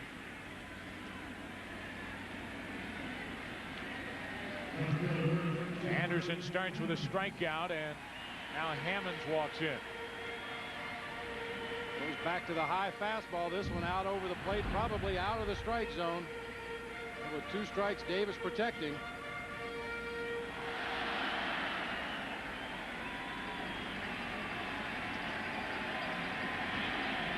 Only 2 at-bats in this ALCS for Hammonds until now.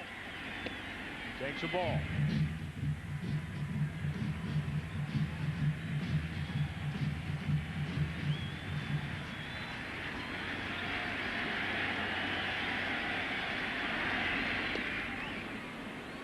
One ball, 1 strike, another changeup, and again Hammonds this time out in front. You know what they have not had in the city of Cleveland and the city of Baltimore this afternoon? Rush hour traffic problems. 1 ball, 1 strike. Now 2-1 as Anderson falls behind. Nobody's on the streets. Ripken to follow. 2-2, and that caught Alomar.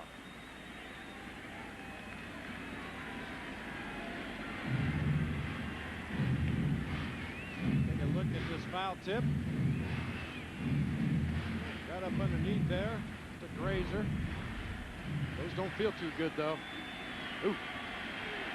Makes me shiver just watching it. 2-2 now on Hammonds. 1 out, nobody on. 10th inning. 3-2.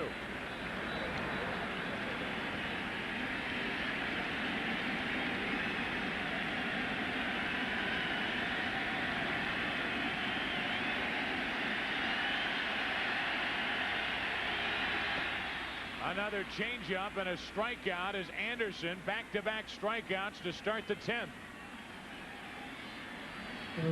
Brian Anderson using that changeup very well as the first fastball misses. The changeup 1-1. Another change is low. This fastball is high, and the 3-2 changeup gets it.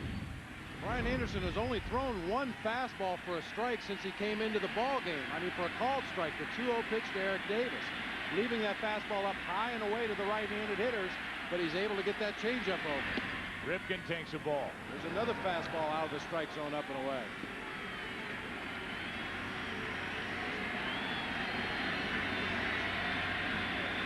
Hitting .385 in the postseason. He takes ball 2.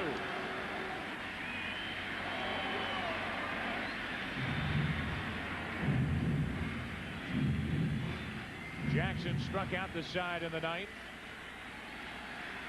Anderson has struck out the first 2 here in the 10th. Right now 3-0 on Ripken.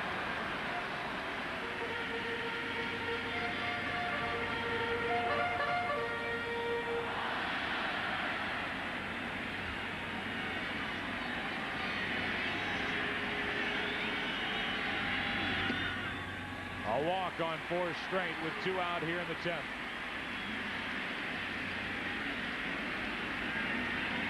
And now Surhoff, who's had a frustrating afternoon and night, walks in. He's 0 for 4. Outfielders telling themselves no doubles in this situation. Protect the gaps. So therefore they play a little deeper. Ripken not a fast runner at first.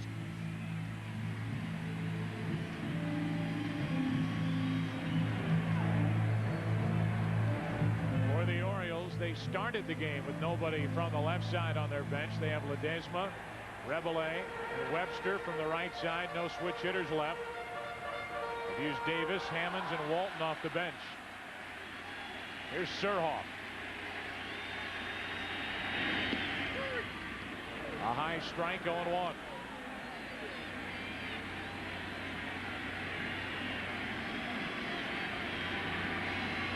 I was surprised to see B.J. Surhoff take that high fastball. That's a pitch he normally jumps out of his shoes at.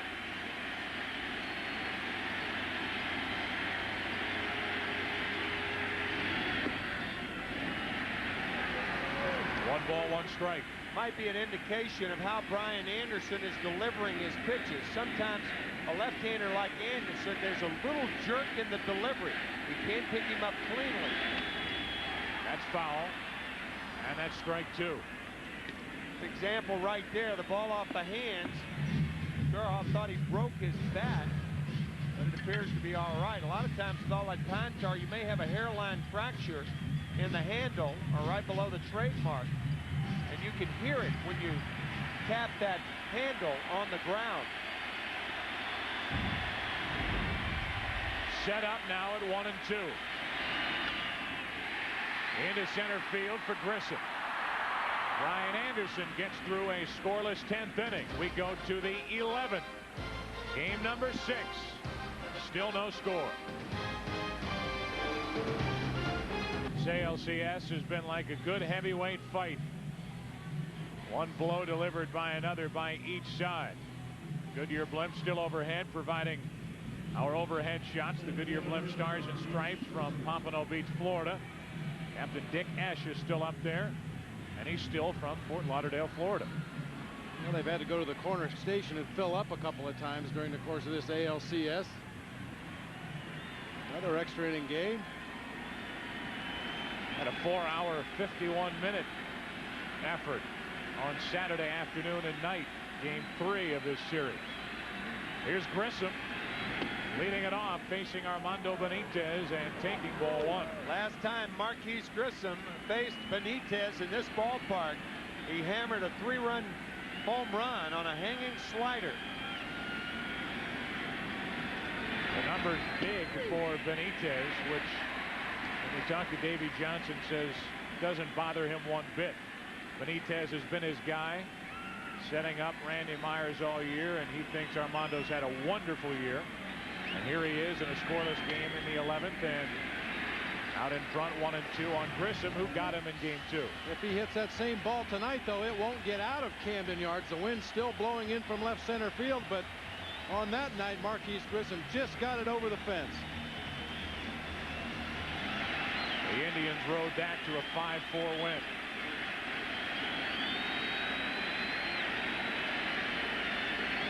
One and 2 on Grissom, leading off.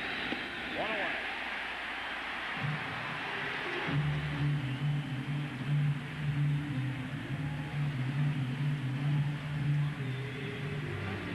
Saturday's game, 19 Indians were struck out.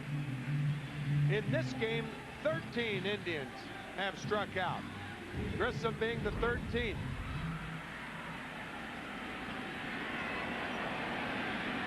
Here's Vizquel. He is hitless in this game 6, 0 for 4. The number's not pleasant sight for Vizquel when he looks up at the scoreboard. Little slap bunt. Benitez says thank you, 2 out. And Vizquel now 1 out of 25 in this ALCS. Mike Hargrove telling us earlier in the series that he has seen Omar Vizquel try the same bunt as Tony Fernandez. He's never seen it work. Here's yet another time that Mike didn't see it work. The man who taught him that slap bunt walks in, Tony Fernandez. 2 out, nobody on.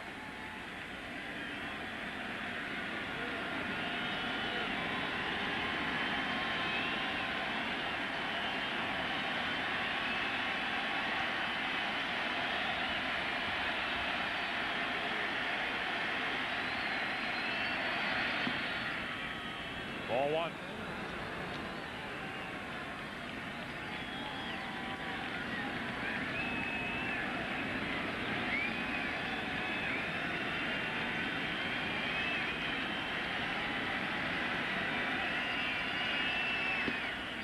Six of Tony's 11 home runs came while batting left-handed this season.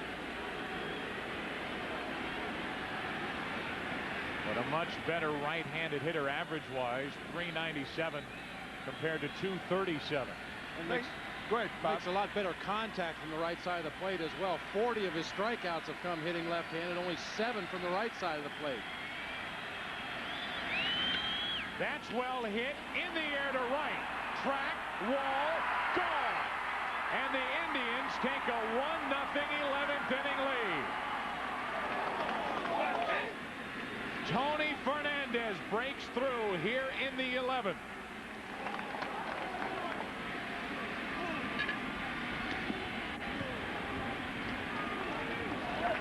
And the Indians dugout treating that home run almost like It's the bottom of the 11th instead of the top of the 11th. It looked like a fastball out over the plate, and he knew it immediately. Clapped his hands 2 feet out of the box. Gone.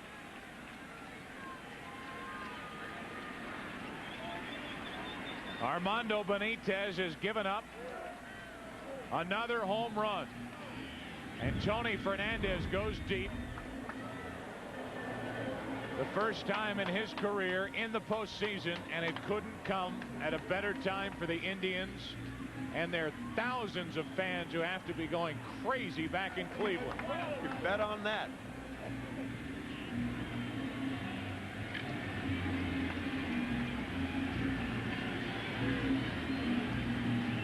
Interesting thing about Tony Fernandez, he wasn't even in the starting lineup originally.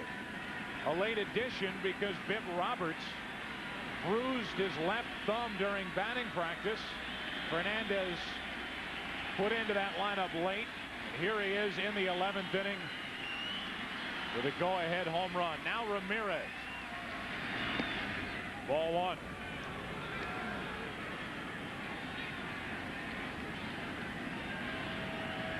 The Indians have done it against a guy who came in with 44 leads this year and squandered the lead once. Benitez.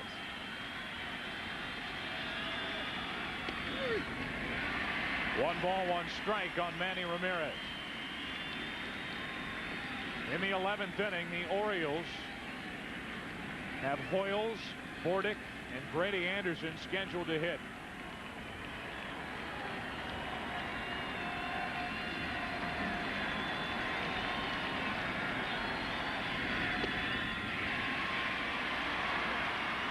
One and two.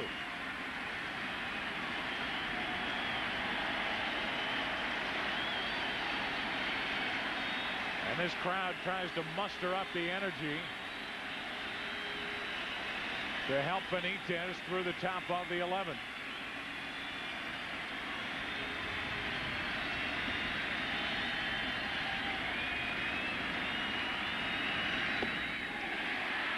Inning over, but not before one tremendous swing by Tony Fernandez. The first in his postseason career, and with that crack of the bat, the Indians are now 3 outs away from the 1997 World Series.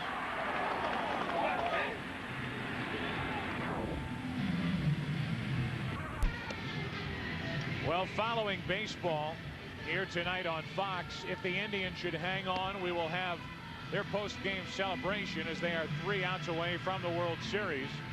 And then Fox Wednesday night, 90210, an all-new episode coming your way except on the West Coast. That having been said, as we get into the bottom of the 11th, Mike Hargrove still has the Indians closer ready. It's Jose Mesa with a 1-run lead. That's 90210 after Tony Fernandez just dialed 8. Tony Fernandez with a go-ahead home run in the top of this 11th inning. And Jose Mesa will try to clamp it down. He has 1 save in this ALCS, 2 in the postseason. Davey Johnson probably thinking now you've got Chris Hoyles leading off. You've got Lenny Webster pinch hitting for Mike Bordick. If either gets on, then Jeff Reboulet will probably be the pinch runner. Then you have Brady Anderson, and Davey's got to hope that one of the two gets on, because then you have a legitimate chance with either Anderson or Alomar to go for the long ball or the gapper. Hoyles 0 for 4 will try to get it started. The Orioles 3 outs away from elimination after winning 98 games during the regular season. Cleveland won 86.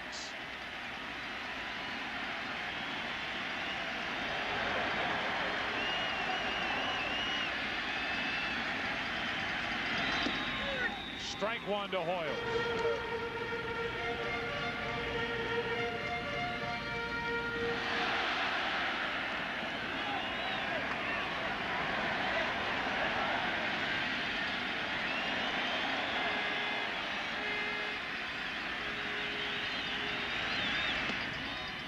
1 ball, 1 strike. As we talked about considerably earlier in this ball game, back in the 6th when there was still no score, stay away from the hitter's power. Normally the closers are not the kind of pitchers that are going to throw to spots, but you can see Mesa, first 2 pitches to Hoyles, outside corner.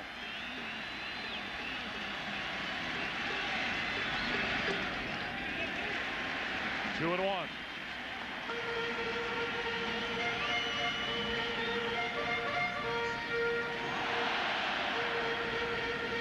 Armando Benitez, who gave up the home run in the top of this 11th inning, has pitched 6 innings in the postseason, allowed 3 home runs, but none bigger than the last one to Tony Fernandez. 2 balls and a strike on Hoyles. 2-2.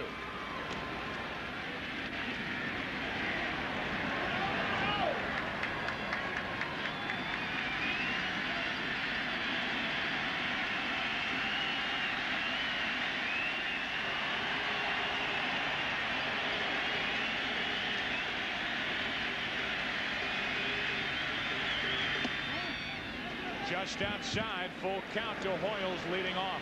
You're right, Bob. 5 pitches away.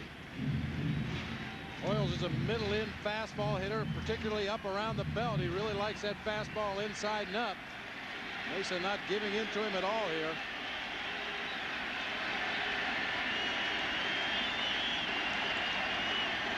Three balls, 2 strikes, and Hoyles leading off. 1 away. And the Indians are 2 outs away from the World Series.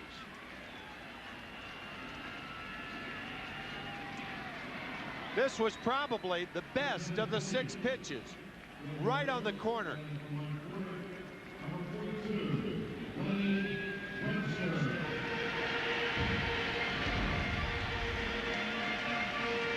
One out, and now Lenny Webster will bat for Mike Bordick.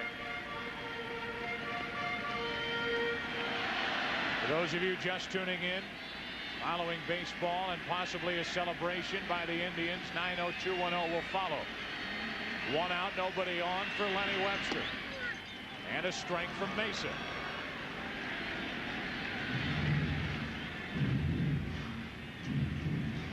Two out of 8 in this ALCS.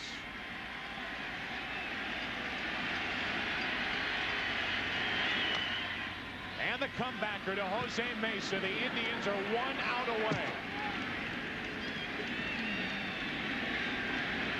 The Orioles get into their final out and walking to the plate, and now there is Brady Anderson.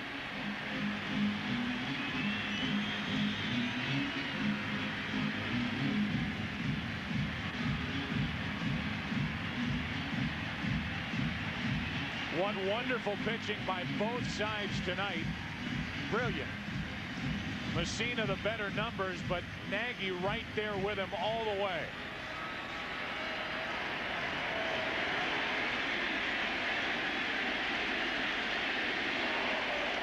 Brady Anderson with 2 out, nobody on. The last chance for the Orioles.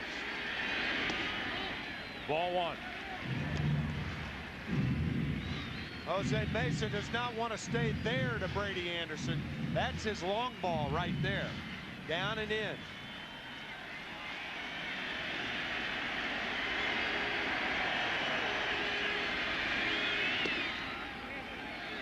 Down and in again, 2-0. That's the location he was locked into on the first 2 hitters, both right-handed. You can see Alomar sliding out on the outside corner, trying to get Mesa to make the adjustment, get the ball out away from Brady Anderson's strength, but he's missed twice down and in. Jose Mesa, who has blown 2 saves in this ALCS. 1 out away from a save here in Game 6. In a game that would send the Indians to the World Series. Broken bat, base hit to right. And Game 6 breathes on as Anderson gets a 2-out hit.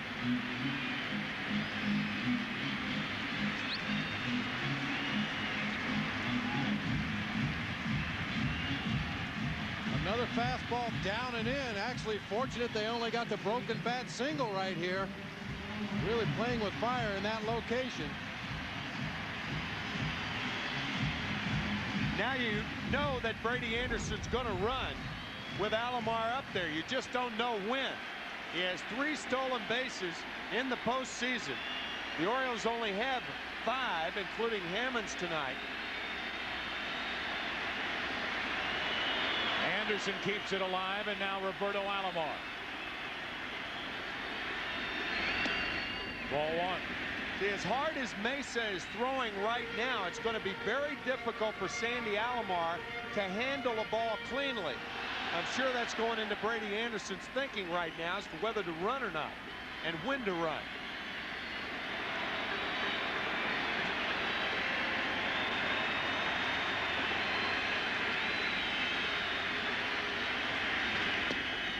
Two 2-0 on Roberto Alomar.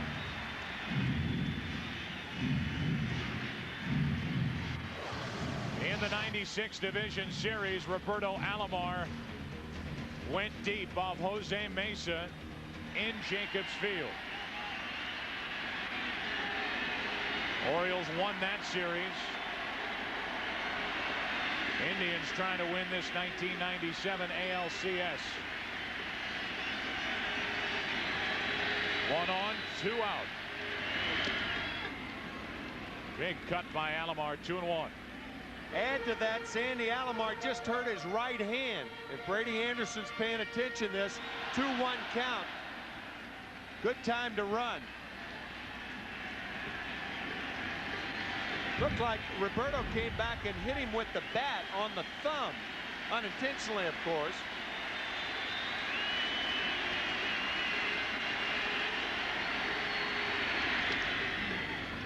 Two and 2, and now the Orioles down to their final strike. Davey Johnson's club has already left 13 runners on. And tonight 0 for 12 with runners in scoring position. And here we are in a 1-0 game. Cleveland leading in the 11th. Tying run at first with 2 out and a 2-2 count on Roberto Alomar.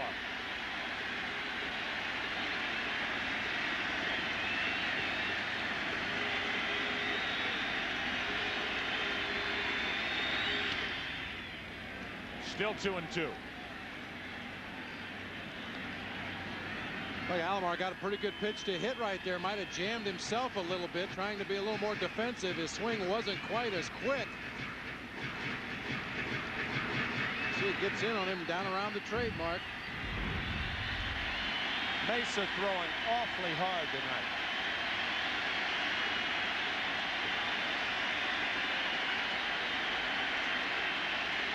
Tying run on with 2 out. And a 2-2 count on Alomar.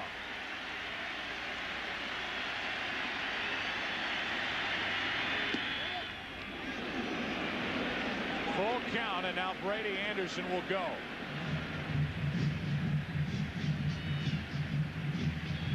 Sinking fastball just off the outside corner.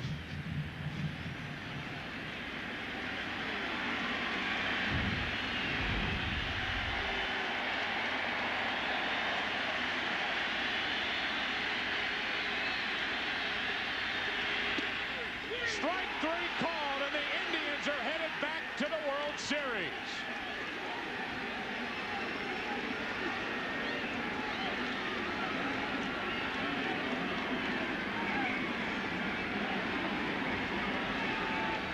Jose Mesa shuts the door on the Orioles here in the 11th, and here in 1997 on a 3-2 pitch called for strike 3. Alomar thought the ball was inside, was on his way to first base. Punched out by Mike Riley. Looked like a strike. Good call.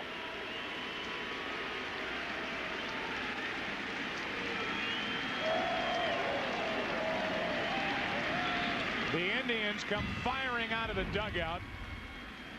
A team that won 86 games during the regular season. Tony Fernandez is our Chevy truck player of the game with his 11th inning home run, the first in his postseason career. And the Orioles heavily favored coming into the postseason. They dispatched the dangerous Seattle Mariners. Everybody counted the Indians out before this series even started. And on this swing in the top of the 11th inning, the Cleveland Indians cap off a wonderful ALCS with a 1-0 victory in 11 innings here in Game 6. We'll take a break, come back with interviews and highlights from Camden Yards in a moment. If you're tuning in, Beverly Hills 90210 will follow our baseball coverage. It will be on in its regular time on the West Coast. A 1-0 Indian victory in 11 innings here in Game 6, and down to the field and Steve Lyons. Steve. All right, Joe. Thank you very much. Standing with Tony Fernandez. Tony, you hit over 400 against left-handed pitching. You step up there right, or from the right hand, against the right-hander, left-handed, and pop the first ball over the fence for a home run. What did you hit? Stevie, I think it was a breaking pitch. But first of all, I like to give guys the glory, because when I step up on the plate, I say, Lord, I don't have it. Just direct my thoughts and guide this ball, and he just is. That's why I like to praise him for that, for glorifying himself through me. Tony, you weren't even scheduled to play in this ball game. Vic Roberts was supposed to be the second baseman. He gets injured, you get thrown into the ball game, and now you're the hero. Well, Jesus is my hero. I think God orchestrated it that way. I mean, he knows everything. I didn't know what was going to happen, but God knew, and he wanted me in this game, and it worked out for the best. I'm glad that I was able to contribute in a positive way with the win for this ball club. You know, not a lot of people gave you guys a chance against the Yankees. Even fewer people gave you a chance against this Oriole ball club, but now you're going to the World Series.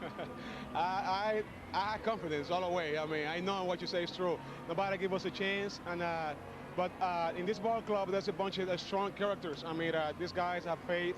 And we knew that the Lord was going to give us this victory. I mean, this belonged to him only, and we praise him therefore. All right, Tony, thank you very much. Good job. Let's throw it. Chip is in the locker room. Chip Carey, what do you got for us, man? All right, Steve, thank you very much. The champagne's been popped. They're spraying it around like crazy, and I'm joined on the podium by Dr. Gene Budig of the American League. He's set to present the American League Championship Trophy to Indians General Manager John Hart. Dr. Budig. It was an exceptional year from start to finish. We commend the Indians on a great year. We also pause to recognize their fans, John. They are an exceptional part of your success, and I know Mr. Jacobs would want me to say that, but again, it's a special honor for me on behalf of the American League to present this well-deserved championship trophy to you, to Mike, and the Cleveland Indians. Our best wishes. Thank you, Gene. John, what a year. Well, it was a great year. I mean, we still got another one to go, but for our franchise, this has been big. A lot of adversity this year. We made a lot of changes. Our staff, our players did a wonderful job. This one's for Cleveland. This one's for the city, for our fans, and for these players, a very special group. We've seen Major League 1, we've seen Major League 2. Is this kind of finish Major League 3? Well, I'll tell you what, I think we put that to bed a while ago, but, you know, the guy sitting here on my left just brought this club home, and I'm proud of everybody in this room, but we've got one more to go. How does this compare to 1995? Different. 95 was the first time in 40 years. You know, I think it was a club that we'd kind of grown with and built. This club was more of a different ball club, a lot more focus on this club. Very special, though. I'm very proud of this one. Very proud of this one. Well, John, congratulations. Let's bring in the man with the wet hair and the man that guided this ball club to the American League pennant, manager Mike Hargrove. What a job. Congratulations. Well, Chip, thank you very much. A lot of people worked very hard for this from a long time ago, and I feel very good about being able to stand up here and accept the trophy along with John for the people of Cleveland. They stuck with us through a season that's been tough for us. Had a lot of rough spots in the road, but the people that needed to believe in us believed in us and stayed with us and allowed this to come to pass. And my kids are back home in Cleveland. They wanted to come. I wish I'd have let them, but they had to go to school. And this club has shown a lot of heart. I don't want to ramble on, but this club has shown a lot of heart, a lot of character since the All-Star break when things started getting tough, and surprised a whole lot of people, I think, in the playoffs, obviously. But they played good baseball all the way through, especially tonight, and beat a very good Orioles team. Those guys, there are a lot of winners on that club over there, and they have every right in the world to be very proud of themselves. Your fans were absolutely tremendous in this series. I don't think we have seen a crowd like the crowd we saw at Jacobs Field. What do you think they're doing tonight? Well, I can imagine. I wish I was there to find out, but we've got great fans. I think everybody in baseball says they have the best fans in the world, but I certainly think that we have the best fans in the world. They were behind us, as I said, and believed in us when a lot of people were writing us off. And you know, I guarantee you, without them, I don't know that this would have been possible to get this far. But we still got a ways to go. We're not where we want to be yet. Well, Mike, congratulations on the American League pennant, and enjoy the celebration. Thank you very much, Chip. Manager Mike Hargrove of the Cleveland Indians. Joe Buck, let's send it back to you upstairs. All right, Chip, and Steve, thank you very much. As we wrap up, guys, what a series. I mean, you can't even look back and pick out one particular moment. It's just a big washover of one thing after another. It was just something that I know I'll never forget. I won't either, Joe. The two odd games that were won by the Indians in Cleveland, and tonight Charles Nagy had to go out and pitch the game of his life. It may not have been the game of his life. It was awfully good. And from the bullpen, too. Don't forget Mike Mussina, a couple of great performances in the postseason. Nothing to show for it, but hey, I'm honored to be a part of this postseason. This was fun to watch. It's a privilege. It really is. So when you think about this series, I guess it'll put a smile on your face. Really, no matter what side you root for, the Orioles fans and the Orioles will go home disappointed.